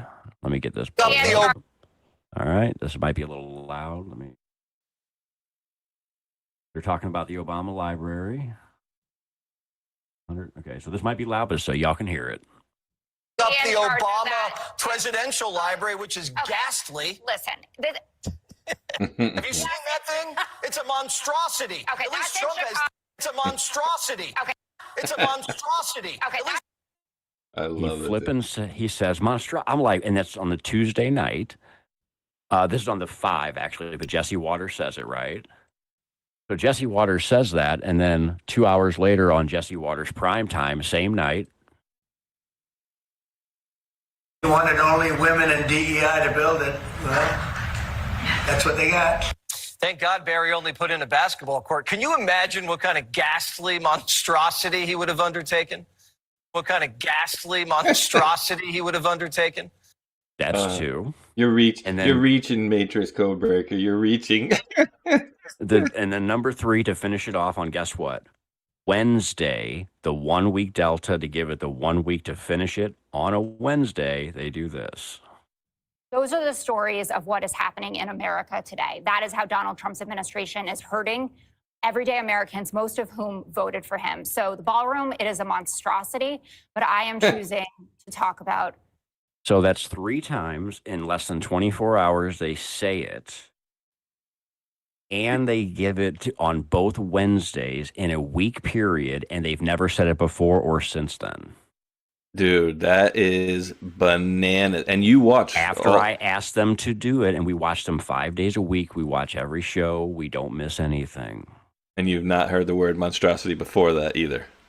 No, because when I came up, but here's the thing is, especially when I came up with the name for it, I would have thought about, oh, they say that all the time, or I hear it. It's a word I never hear anybody say, and they never said it till after I asked them, gave them the timeline, and they utilized my Wednesday as the days for the start and end of them doing it as well. No shit. You can't make this stuff up, and it's stuff they've done before many times with other things that I have proven beyond a shadow of a doubt too. That's my favorite one right there. You can't make that up. Oh, dude, if that was me, that would be my favorite as well, dude. That is awesome. And had they said it one time, like, he wrote monstrosity one time. All right, maybe that's one thing. But writing it 3, no. Now the time frame for those 3 was in what, 3 days or within the 2 days? From the writing of it of ugly monstrosity on the screen was a Wednesday to start. 1 week after I had been back, basically, whenever I gave them, okay, how do I say this right? So I gave them a week from Wednesday to Wednesday, but I had left. So they started it the following Wednesday with ugly monstrosity on the screen. The following Tuesday, so inside of the 1 week span I gave them, on Tuesday night, they said it twice. And on the Wednesday I gave the deadline to for the 7th day, they said it a 3rd time. They said it 3 times in less than 24 hours and did it 4 times in the exact 1 week span I asked them to. Yeah, it's just a coincidence. I mean, it's so far from being a coincidence. And I'm just going to show you one of my favorites. This is during the Table of Titans, and interestingly, somehow I didn't do this on purpose. I just happened to post it at 5:55.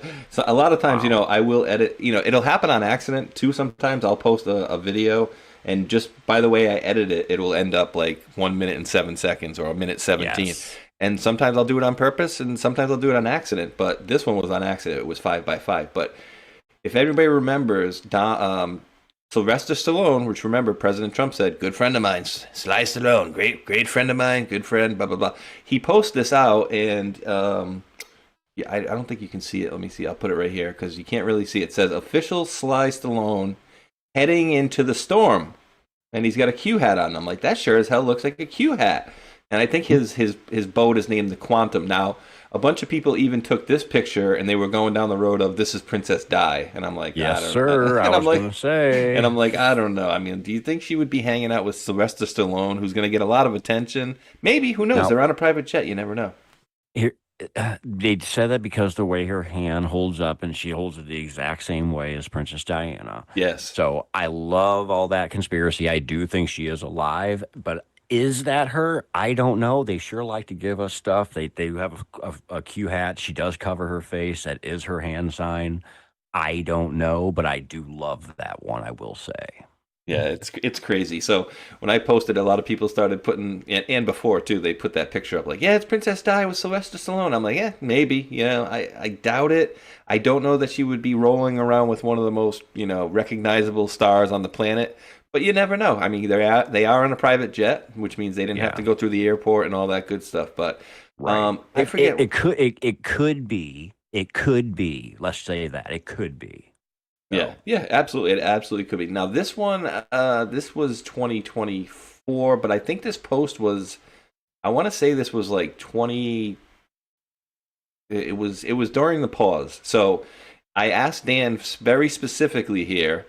If this post was a message, and if we are where we're supposed to be right now, meaning, is Biden supposed to be in the air quotes? Is Biden supposed to be in the White House right now? Like, is this pause where we are supposed to be right now? And you guys tell me if I'm reaching on this one. Guys, Tron, you wanna see if Danny Scavino's listening in? See if we can do some requests on. I got a good idea. So the whole Rocky thing. So just keep in mind, guys, this is, I don't even know, probably the 5th time that Dan has responded to us, and I have other ones that I can show you as well. Let us know that was something, and if you're listening, post something with Sylvester Stallone or Rocky, or even the music theme song from Rocky, something along those lines. Or you can post that meme with the cut him off. And then we have Danny Scavs posting this. Oh, yeah.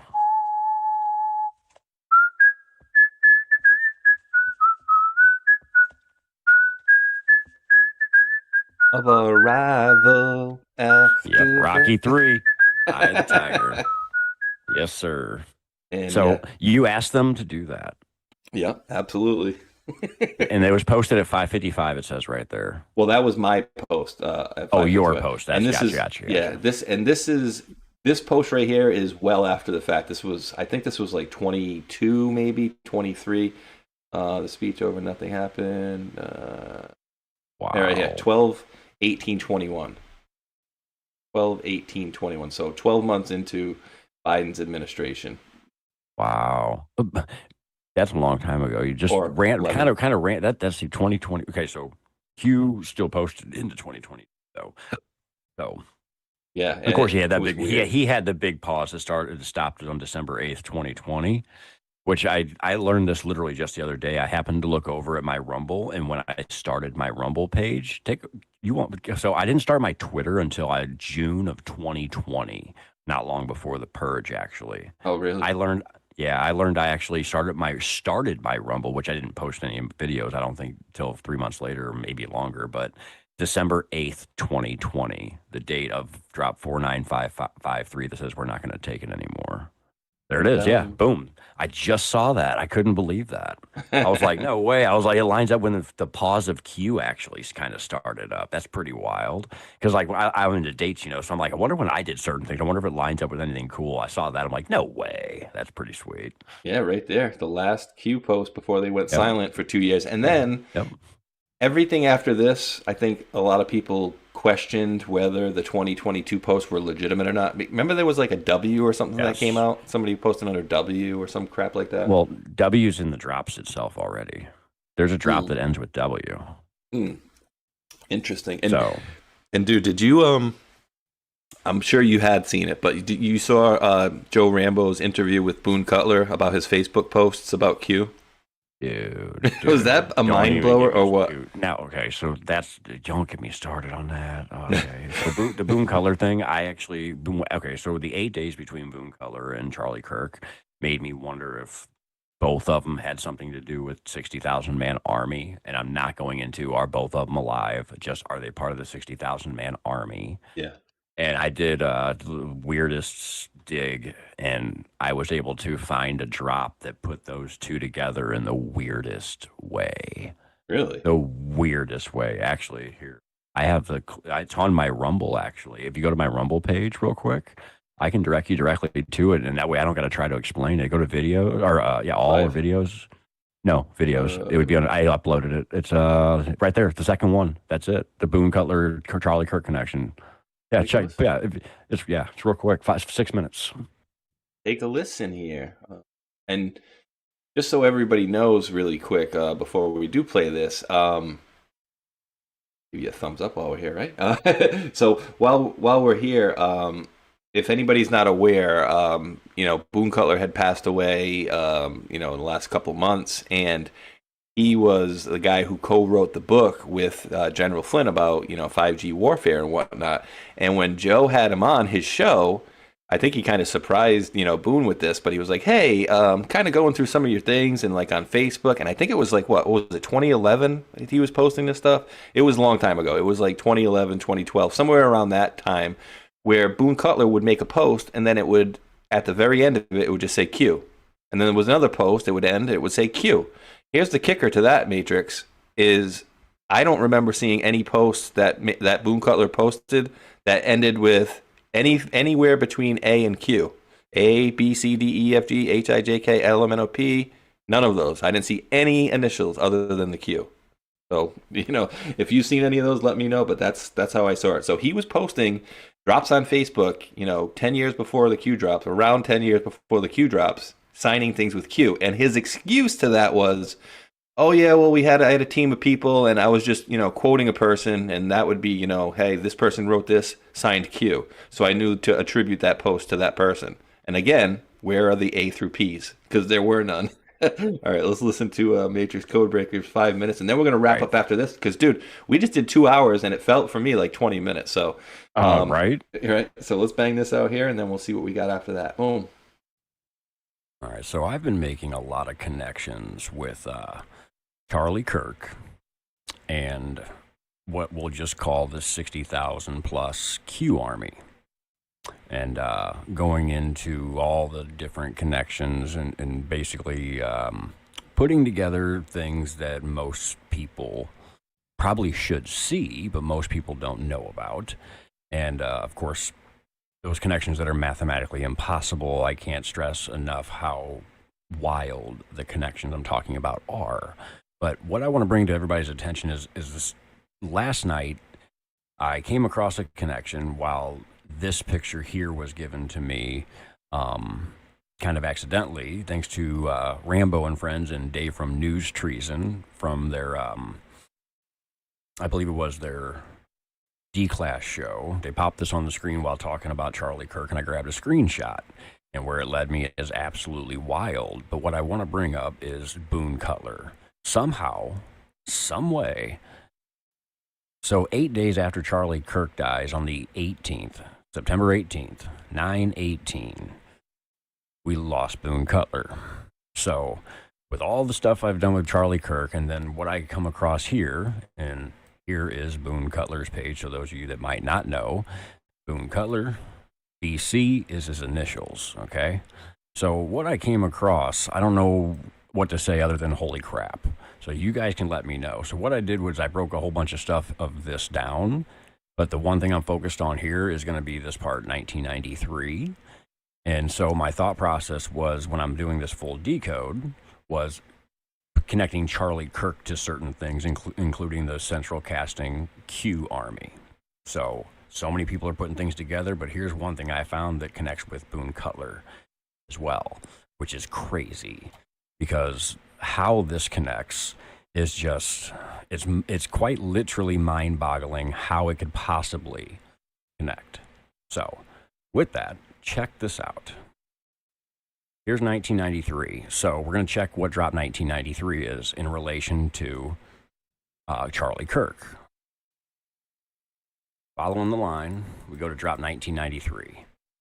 August 29, 2018, and it has QAnon. Nothing to see here. Nothing to see here. And it's from drop 1984, which in a way we've been living in a 1984 type atmosphere for the last 4 years coming into this year. So where this comes into play for Boone Cutler is inside of up here where the numbers are, of course. So what I want to focus on is our timestamp along with what's below it, the ID number. So I have a screenshot for one piece of it, but I need to point a few things out. So number one, Charlie Kirk was shot 34 days before his 32nd birthday. So as you see, the timestamp has 34 and it has 32. Boone Cutler died 8 days later on September 18th. Okay, so two things here. The timestamp has 3432. Charlie Kirk, 34 days before 32nd birthday. Then directly next to it, you see the 6 and the 18. So first off, the 6 can be flipped over to a 9, think mirror, and you can get 918 directly next to it. Okay, so there's one. But there's a secondary piece to this. Let me open the screenshot of the close-up and separate everything for everybody. What we're going to see here is here's your 3432. There is your Charlie Kirk. And now I showed you directly next to it, you had a 6 and an 18. For those of you that might say, oh, well, that 6 is a 6. Okay, fine, with the 18. But then there's something added to it. Another one, along with something extra. So remember, we got Charlie Kirk, 3432, 34 days, 32nd birthday. We're going to bring in Boone Cutler. Now remember, his initials are BC. So the ID below says 618 BC2. What I see here is the 18th is when he died. BC would be Boone Cutler's initials, 2. Now, all you do is do this, flip it around, and you suddenly have a 918 BC2. Your 918 BC2. So you have Charlie Kirk 34 days before his 32nd birthday, and then 8 days later, on 918, Boone Cutler 2. And again, that comes from drop number 1993. And I connected that based on simply seeing this right here. Charlie Kirk is CK, 311, and all those connections. And then BC shows up here as well. 8 is in the center. 8 days later, Boone Cutler 2. That's crazy, dude. I'm telling you, bro, like what? All I can say, is you guys let me know. I found that to be unbelievably interesting. And dude, I got a question for you here as we're going here. Has anybody figured out what the 11's about? Because we know he was let's just say the Charlie Kirk incident was on the 11th, right? Yeah. But he was not born on the 11th, right? He was born on the 14th of 1993. Right. I don't know what else the 11 means. Well, there could be many things. I have a few theories of it, so I'll give you the base ones. Would be 11 could be his favorite number. Yeah. Kirk is the number 11 in the alphabet, the 11th letter, like CK 311.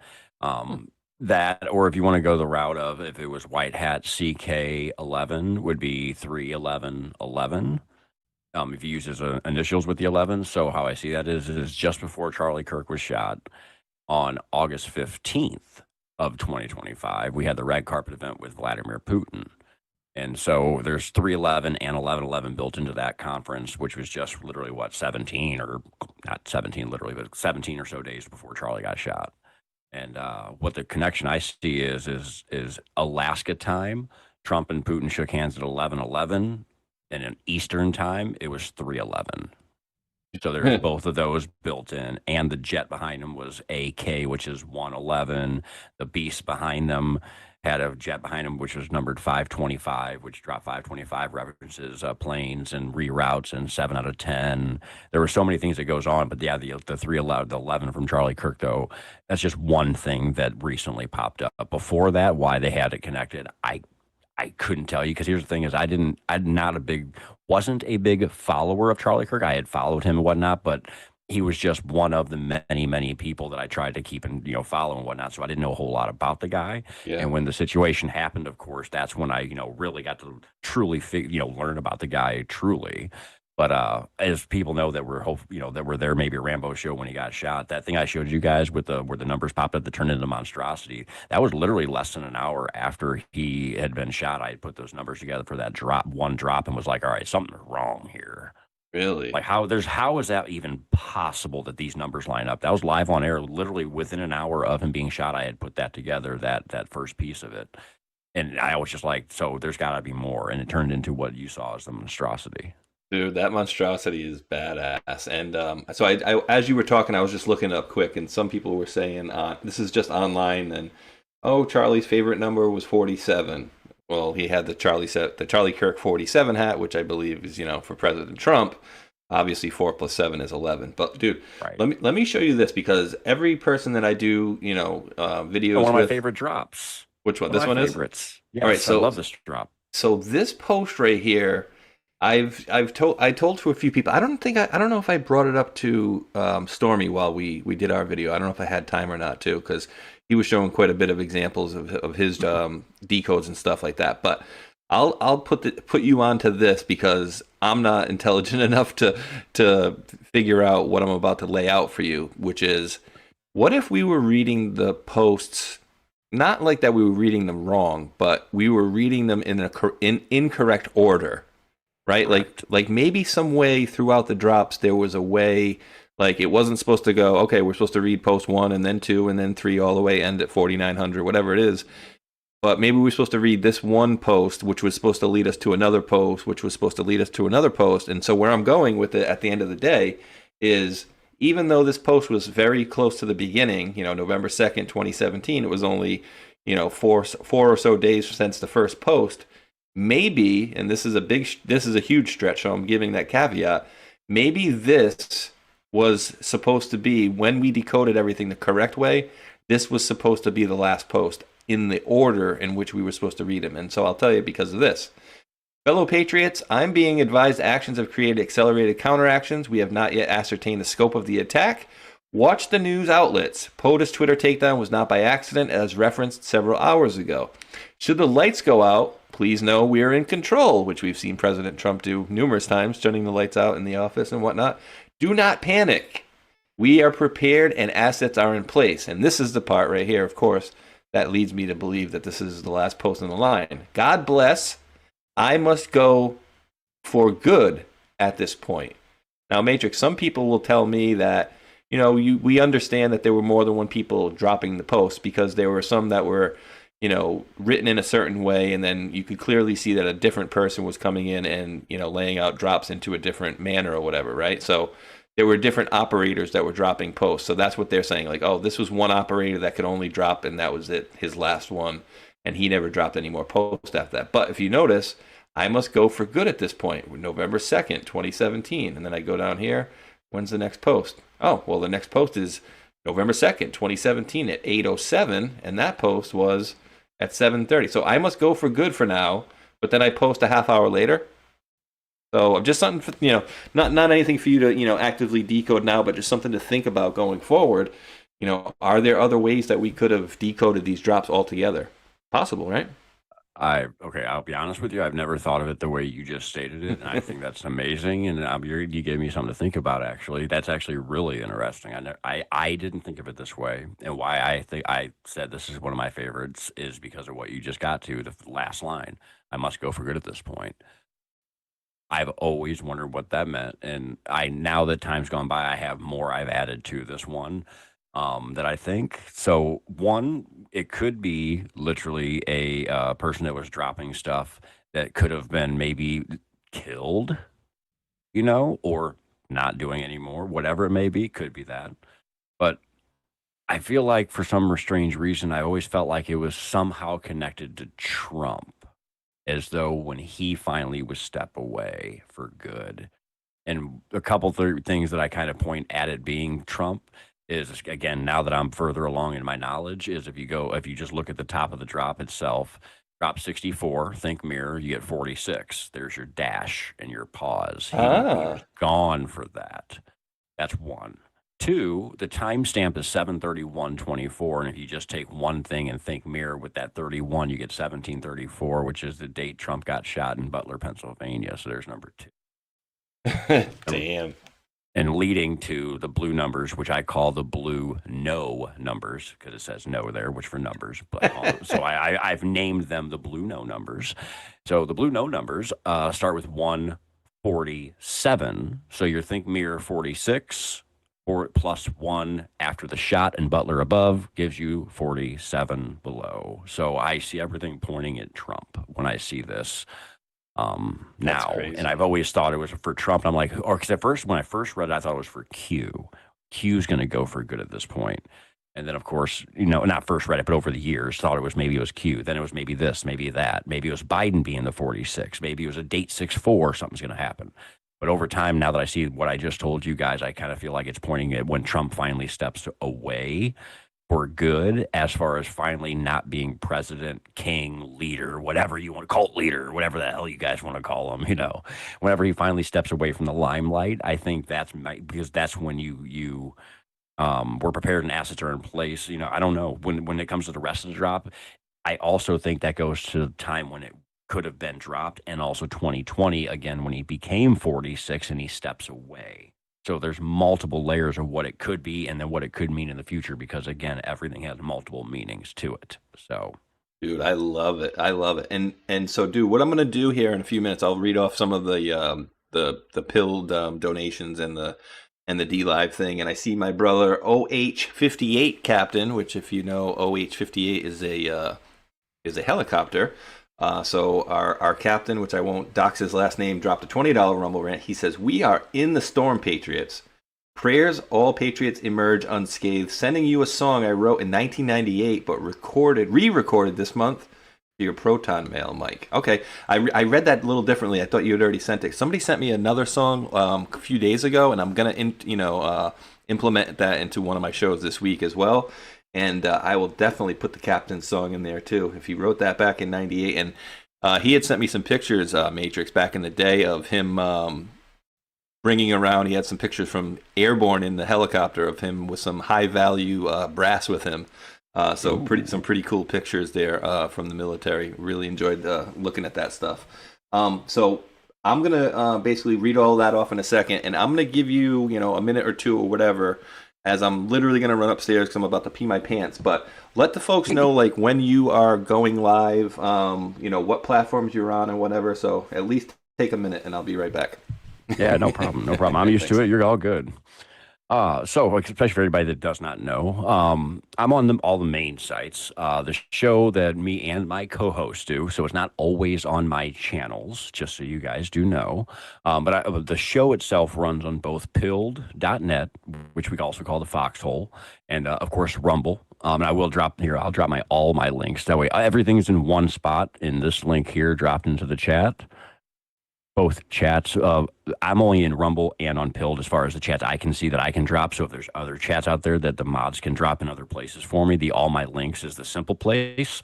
It'll take you to everywhere I am. But Pilled and Rumble is where the show is specifically at. I'm also on X, Truth. I do have a Telegram for the show. I am on Gab. I don't really use it all that much, but to post for the show. I'm trying to think here, and what else do I have here? Am I on any other sites? Trying to look. True Social, Rumble, X, Gab. Oh, I think that's all of them. So yeah. And then, yeah, I was saying the link tree will take you to all of them at one time to make it nice and simple. And then for my co-host though, just so you guys know, because my show goes back and forth, what I'm going to do is I'm going to drop this in the chat. It's going to have 4 links in it. There's a Pilled, an X, a Truth, and a Rumble that are for my co-hosts. I always tell people to make sure you follow my co-host. He goes by Omazon, because when we swap shows during the week, Monday through Friday, Monday and Wednesday are almost always on my channel. Tuesdays and Fridays are almost always on his channel, and then Wednesday's kind of a toss-up coin flip. So it's kind of one of those things where we're not always sure which channel. So we always tell you to follow both of us. So I'm going to make sure I drop all his links in the chat as well. And to give you the overall, what we do at our show Monday through Friday together is we cover. That we start in the evening, usually 5 to 6 p.m. Central Time or so. We go for 6 to 8 hours per show. Yes. Wow. We cover full show. So here's the thing: is most people come into a show. Most shows are, we got all this information, we have all the stuff we decoded, and we're going to spend 2 hours decoding and presenting it to you. We go into a show we watch 4+ live Fox shows, not live. We have them recorded from that day. We watch them literally, usually within not long after they air. We watch them through with you guys, and we break them down as we go. We catch the comms and do decodes as we go throughout the entire night. So what I call it is rapid fire decoms, and what I now call them is Fox comms. And we make Fox News fun to watch because they are the king of comms. So definitely come check us out. It's a lot of fun. Heck yeah, dude. And I love, I like Jesse. I like Gutfeld, Hannity's been kind of, I don't know, with the CIA pin. Okay, so I'll give you the breakdown here. So the Outnumbered show in the morning we watch is 4 women and a guy. That show is a fluffer show, but they give really good comms. So we get through, we get some info. And what they do is they lead you through comms throughout the day. So if you watch it the way we watch it, you're not watching it just for who the host is. The hosts are a big part of it. But like Hannity, I can't stand him that much, but his show has great comms. So you kind of have to watch when he has good people on. We also watch Will Kane now. He has a great show, drops comms. Nice. The 5, they can be annoying, but it's 5 Republicans and 1 Democrat. The Democrat's always annoying. It has their 4 a.m. talking points, and they get just bombarded the whole time. It's fun. Oh, yeah. And then we skip over to Jesse Waters. We watch his show, which is just killer. And then we jump over to Gutfeld to finish off the night for laughs, less comms, because we try not to. But boy, I'll tell you what, that's one thing I can end with. I give you one thing from just in the last couple of weeks that is the most obvious comm that was for everybody that I showed on my show. I actually meant to show you guys this in the first place. Let me pull this up real quick if I can. It won't take long either. No, you're good. Let's see. Pictures. Where's this at? It's from tonight. Okay, I know where to find it too. This is from the 17th of all days. The 17th is when they had this on air, guys. So here, I looked earlier to make sure I could find this for us quick. Here it is. 17th. Here it is. Boom. All right. So let me set this over. There it is. This blew my mind the other night. And for those that were watching the show, you guys will know it right away, probably. This shows up on Gutfeld at the beginning of the show. Donald Trump is blowing Bubba message and Epstein emails under scrutiny. Who the hell is Bubba anyway? Did we ever figure that out? I don't even know who the hell Bubba's supposed to be. It's just ridiculous. I swear somebody said that it was the nickname for Clinton, but I don't know. So it made it sound like he was blowing them or something. I don't know. That's what I heard. So when I see this though, like, do you like? I'm not trying to put you on the spot, but what kind of decode do you see in this? Do you see where would your brain go when you see this? Newsweek, Donald Trump blowing Bubba message and Epstein emails under scrutiny Friday. I mean, simple. Other than the date being the 17th, Bubba Tubba, I wouldn't even know where to go, to be honest with you. Okay, 10:01. I would look at maybe the timestamp. That's my go-to. There you go. Okay, so you're on it. Thank you. Now here's where the piece comes into play. This is a comm, and then they're going to give you a proof for the comm. This is how Fox comms work, bro. So what we've learned, and I've picked up on, and I tell people about. So this one here won't have all 3, but there's 3 pieces to each thing. It seems like when they're a comm, they're going to give is on the way. They give some form of signal. Then they give the comm. Then they give what we call now a confirmation for that comm to show that they gave it to you. And they have done it over and over and over to where we've proven this. So with that said, what you said is the exact route you got to take. I knew that. Okay, I know this drop off the top of my head. It's just there from how many times I've used it. So when I see this timestamp coming, I wonder what's going to come on the screen. That's 1001. 1001 is going to be the drop. And what do I see? I see Epstein. So very simple. I go to drop 1001 to see what it is and see if there's a correlation to what they have on the screen at exactly 1001 or 1001. Does it correlate to Epstein? 1001 is Epstein Island. That is freaking great.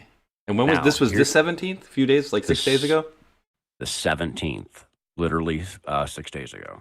Oh, and dude, if you look down there, where do roads lead? And then each prince is associated with a cardinal direction. And so I don't know that MBS was here quite yet on the 17th. He may have been, I don't know. But I know he was coming shortly thereafter. And I don't know if he was. Yeah, I don't know if he was a prince before he was the ruler. But, the bin Salman. When you guys say MBS, I don't realize who that is just yet. I haven't put those initials in my head. Bin Salman, yeah. But yeah, maybe it was, maybe it's not. But dude, the fact that it's the Epstein Island is crazy. That is bananas. You think that's bananas? Because that was the calm. They made sure you caught it. Do you want to see the proof that showed up 4 minutes later? Oh, I would love to. Oh my God. And they even used the same freaking picture. Yeah. Of the island in the back. Bro, you can't make this stuff up. They twisted it a little to the side. Oh, yeah. There you go. 1001, drop 1001. What's in drop 1001? There you go. 4 minutes later, they gave you the confirmation to prove it to you. Oh my. Yeah. And so for any of you out there who think that might be a coincidence, I don't know. I got some beachfront property in the Sahara Desert if you're interested. Hey, I got some pink popcorn sitting up there on your own roof I can sell you. Up in the ceiling. Dude, that is freaking awesome. Now, dude, let me ask you this quick, and maybe I can help you out a little here. Yeah. When you go streaming, because I'm actually at 4 o'clock, about another half hour, I want to be helping another person who's going to be doing some podcasting and stuff. But when you stream, are you using Rumble Studio, or are you just going through like StreamYard's OBS or whatever? No? Okay. I use OBS right now, and that of course streams out to both Rumble and Pilled. And then when me and Omazon are together, we're using exactly what me and you are using. We're using Zoom. Okay, so just letting everybody know that prior to this, prior to me doing videos on this, I was paying, I don't even know, $30 a month to a company. And so I'm blocking the screen now. I have your icon. This is what the folks are seeing. So you're seeing everything behind the screens here. And as I'm noticing that, let me say thank you to our good brother and friend. Where did my friggin'... Okay, here it is. Let me pull this one up. Pull this back over here. Thank you very mucho as well to Mr. Micro Toolmaker, Dave in the house, dropping a $55 Rumble rant. Where we go one, we go all. In addition to dropping another 10 gifted subscriptions to the channel. So appreciate that, Mr. Micro Toolmaker. And actually, Dave, I'm going to send you a text later. I had a question about making a tool, and he might laugh about what the tool is, but I think it would need to be a small tool, but it would also, I think, make some money as well. So I'm going to reach out to Dave later. I'll tell you about that after we end the show. But I just wanted to show I just wanted to show Matrix some of the things that we can do here. So let me just thank a few people here. Some guy named MatrixQdeBreaker dropped a can on the show and says, "Boom time, let's go," with Q's instead of O's. Thank you for that, brother. And then Steve B 15601 with the can says, "Two of my favorite streamers in one place. I am honored to be anybody's favorite or even a co-favorite. So thank you for that." And then Bois Blanc with a cookie says, "Happy Sunday, fellas." Appreciate that, Bois Blanc. And then One Thunder with a can. No message, but thank you. And then Casey, I think it's, or Cass E, Kasseey. I'll say Cass E with the shades. No message, but thank you. And then Harley Quinn 369 with a cookie, no message again, but thank you. And then Sean Joe with yet another cookie, no message, and thank you on that one. And then Bois Blanc with yet another cookie. Dude, I'm getting too overweight with all these cookies. We need some milk and some of the stuff you and Joe are doing there to curb my appetite there. Hey, don't worry. I got the munchies over here. I can take some of those cookies from you. All right, sweet. Bois Blanc with a cookie says, "My awakening was sanding our hardwood floors, and I couldn't get Trump's witch hunt out of my head. Then I watched Fall of the Cabal series, and I was in the rabbit hole." Oh yeah, and don't forget, Hillary Clinton denies it, but she literally used to meet with a literal witches' coven at least once a year. Yeah. Wasn't it? I think it was California. Don't quote me on that, but just going off. I don't know where, but it happened though. So yeah, 100% happened. 123 SKG with the can, no message, but thank you, dude. There's a lot of cookies here today. Wow. Let's see. NX17 with the can says in 1985, a young studious classical pianist was in a local Bible study. Talking seriously about her digs on the Illuminati got me thinking. 1985, NX17, love it. I love to hear the old awakening stories there. Q shook me all night long with the can. Where we go one, we go all. Thank you for that. Q shook me all night. John Joe dropping another cookie. No message again, but thank you very much for my waistline. My waistline thanks you. Norwegian Wood with the cookie says, cool to hear all of you on one site. Yes, the Foxhole guys. Foxhole.app or pill.net. Definitely get over there. A lot of great podcasters. That was the only place that we could go. Matrix, when we first got kicked off of YouTube, but before Rumble, they literally made this platform for us. That's the whole thing. Okay. So I told you I got on Twitter in June of 2020. Yeah. That's also when I joined pill.net, and I joined because shout out Scott from Woke Societies for putting it out there. I got on there extremely early into that website, and that's where that's where I first started posting anything of my Q stuff. So Pilled is that's my home. That's where I got my start. That's where I'll always be. That's where I post. Actually, where I post the most, but where all my stuff will always be as far as videos go will always be Pilled for that reason. Hell yeah. And that's why I'll always put their links above the YouTube and the D Lives and the other ones like that, because they've been solid. They set this platform for us so we couldn't get kicked off. They even made the backbone to it, so it's like unbounceable. So great work. Not only that, they just created a new thing to where they have phone calls and Zoom built into it now, to where you can actually utilize their own built-in thing to do your calls as well. I actually got to utilize it. Yeah, I used it last night for the first time, not for a show, just for a phone call type thing, and it worked incredible. It worked great. That's awesome. So, I'm definitely going to do that. See if we can maybe have some people call into a call-in show or something like that. Or something like that, yeah. Or when Dave and Rambo have something come up, like last night, I guess or Friday night, I think it was, or one of the nights that they couldn't go. I'll jump on, maybe take their place or something like that. Yeah, that would definitely be helpful. Norwegian Wood, I did get that one. Carrie Lake with 117 gold pills. Thank you, Carrie Lake. Followed up by, and this is like an inside joke between me and Punk Q Rocker 4Q. He drops 217 gold pills or 317. It always ends at 17. And he says, that's just what I have left over. And then he'll bounce up the last couple digits. So it's kind of funny. But I appreciate that, Punk Q Rocker. And then P-Quest with a cookie.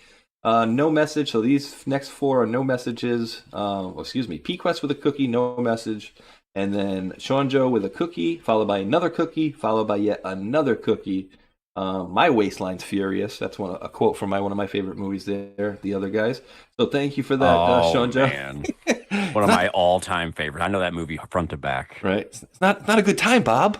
It's not a good time. I'm a peacock. You gotta let me fly. Did he just call himself a peacock? He's like, gotta let me fly. Doodah Man with the can. It says extremely interesting as usual. Space Shot. Thank you. Much love. Peace. Thank you, sir. And I'm amazed that I'm actually able to read some of these anagrams or numbers there. The TYML. Thank you. Much love.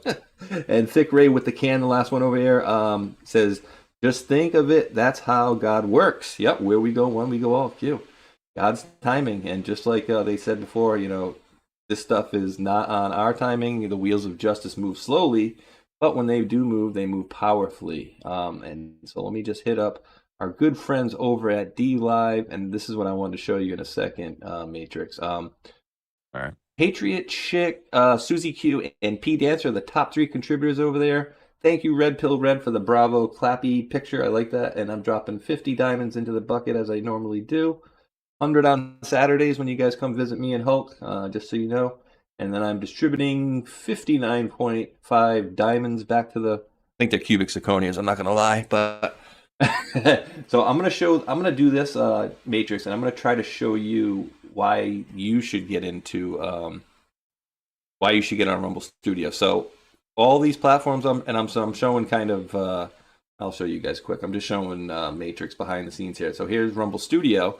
and it says I have 1,800 people watching, while there's 1,200 on Rumble and 300 on YouTube, but yet none of the other ones report back. So Pilled, X, BitChute, and DLive do not report numbers back to this website.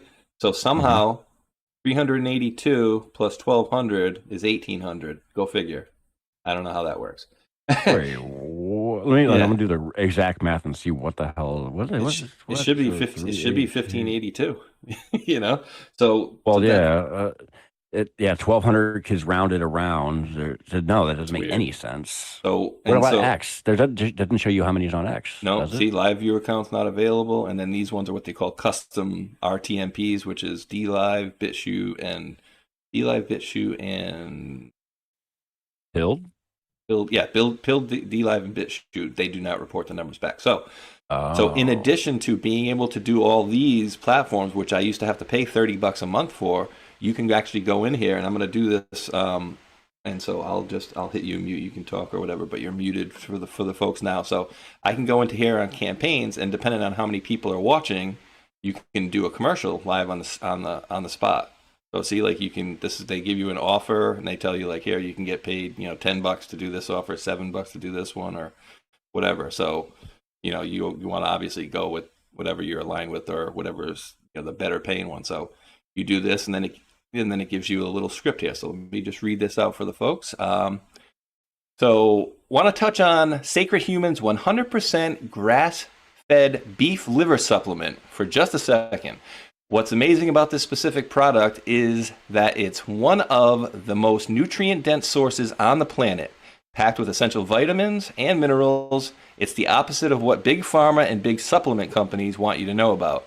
It's an incredible source of vitamin A, which is crucial for vision, skin health, and immune function, as well as B vitamins, which boost energy and brain function. On top of that, liver is also rich in iron, which makes it an excellent choice for preventing anemia, and it provides important trace minerals like zinc and copper that support your metabolism. So in short, consuming beef liver regularly can actually help improve energy levels, enhance detoxification, and promote overall vitality. Also, beef liver is one of the most bioavailable sources of essential nutrients because it contains vitamins and minerals in the form that the body can easily absorb and utilize, much more so than trying to absorb these nutrients through eating greens or taking a synthetic multivitamin, where oftentimes your body will just flush out those nutrients. And because your body is able to retain these vitamins and minerals much better, people tend to experience a natural energy boost when everyone seems to love and rave about after using the product for a few weeks. So check them out, guys. Use the QR code on the screen there, or sacredhumanhealth.com. So boom. So basically you pull up the thing there, you do that, you pay it, and then it pays you, or it will pay you out that at the end of the month. So just kind of showing some of the other podcasters how to, how to work some of these systems and what they do to kind of help out everybody. But, the fact that you can stream on all these different platforms alone without having to pay is a seller right there. And then they let you do these, these commercial ads or whatever. So, dude, it's been a blast, bro. We just did 2 hours and 40 minutes, and I swear it felt like no more than a half an hour. So this is good. That is awesome. So always just make sure I go over and make sure that Debbie took home all the diamonds today somehow. All the diamonds in the box went to Debbie and Debbie only, which I don't know how that works or whatever, but she is one of my longtime mods. Debbie Roush got all the diamonds today, so thank you for that over there, and thank you, Matrix, for being back on. When is your next show, so we can tell people to go check out your very next show?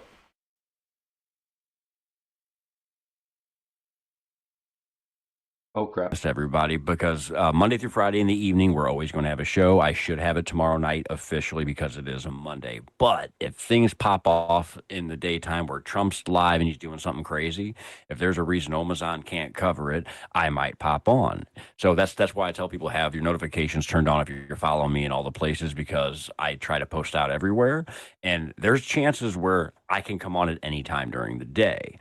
But that's why you have to cover or be follow my co-host, because no matter what, Monday through Friday in the evening, usually between 5 and 6, we should start. That's the for sure thing. Now, after this show, there might be a chance I pop on today and do something, but that's not a guarantee yet. We shall see. So again, make sure you follow me, have the notifications turned on. So if that does happen today, you shall know. If not, tomorrow evening, Monday night show, we'll be back on Foxcomms covering the news and making Fox fun again.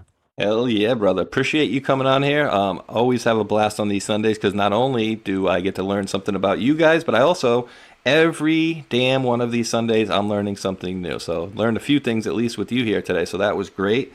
And definitely, guys, go follow Matrix Codebreaker. His links are all inside of the Pilled, the Pilled website video link.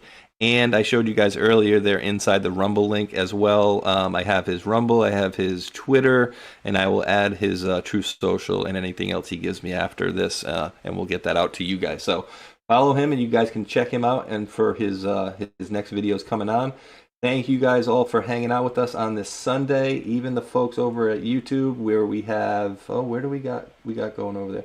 So here's the funny part, I kind of joke and say, YouTube is dead, and we got 150,000 followers over there, brother, but we got 400 people watching. So it's a little slap in the mouth when I watch somebody else that has like 5,000 followers doing a live stream, and they got like 2,000 people watching live, and I know what's going on there. So, but remember that you did just come back, and that's the other thing that sucks on my end too. Is like I don't even have the same YouTube or Google login for that account from back in the day, so I can't even go back to find out the names that did or didn't come back or whatever it may be. So yeah.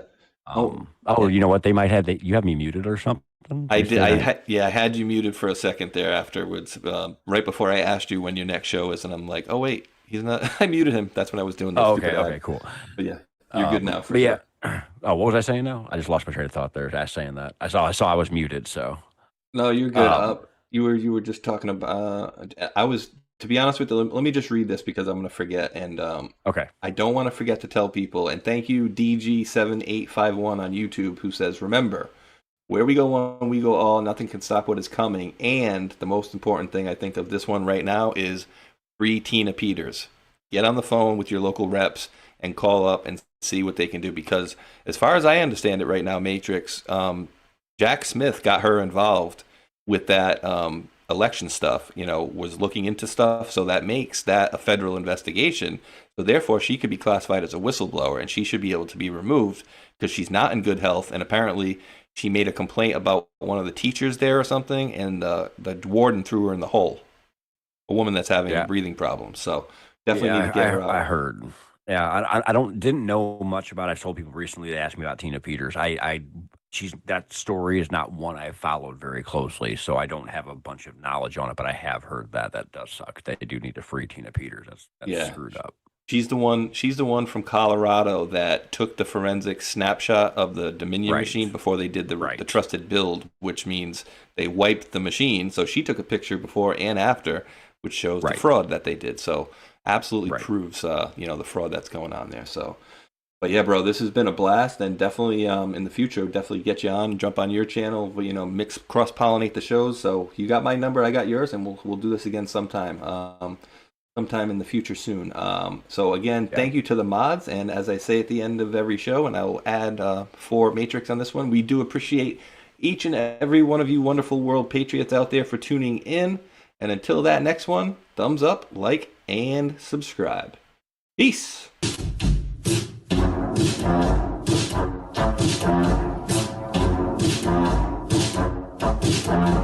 Hello, guys. Something special is happening in here. That's right. It's brackets and jackets. Bringing it back for brackets and jackets. Special Epstein Island edition. That's right, folks. Epstein, Jeffrey Epstein, the man with the island, which is suspiciously close to Haiti. That's right. You see, this man, Jeffrey Epstein, is funding lots of people. He's funding lots of people on the street to make sure his shit doesn't get out. That's right. They want the record sealed. And they're paying a lot of people. Epstein's paying a lot of people. Oh, boy. For one, he's got a whole Mossad media matrix in America. And I would bet you anything that Alex Jones is one of them. Prove me wrong. That's right, Cappy's in the portal. Cappy's in the portal. Cappy's in the building with songs about Epstein. It's Breakfast Jackets Epstein edition. Guys, I had some epiphanies today. I had some real big epiphanies about some guys. A big network of guys and spies and lies and liars. All right, think about this for a minute, okay? The guy in Portland, the scientist that just got busted for producing CP, that guy is 1 degree of separation away from Epstein. Epstein, the investor that lives in West Palm Beach, Florida. I know a guy who lives in West Palm Beach, Florida as well. Investor as well. Also involved as well. And all is not well with these guys. The Florida boys, the Glow boys, the Scott Israels of the world. You see, Epstein is Hillary Clinton. And Epstein is Haiti. And Epstein is a big network of media assets. By the way, did you know that Steve Bannon was going to that guy for money? Also, Epstein is Epstein Oprah. Epstein is Chris Tucker. You remember him. Epstein is also Kevin Spacey. Epstein is also Prince Andrew. Epstein is also... Who else is Epstein? Who else is Epstein? Tell me. You guys know? Who else is Epstein? Is Epstein Big Pharma? Is Epstein Bryan Singer? Is Epstein Naomi Campbell? Yep, all of the above. All of the above. Who is Epstein? Epstein is the keystone of a whole motherfucking matrix. And once you pull it out, it all falls down. Dersh was there too. That's right, we're dropping red pills every day. Dropping red pills in the best kind of way. This is brackets and jackets for the denizens of islands.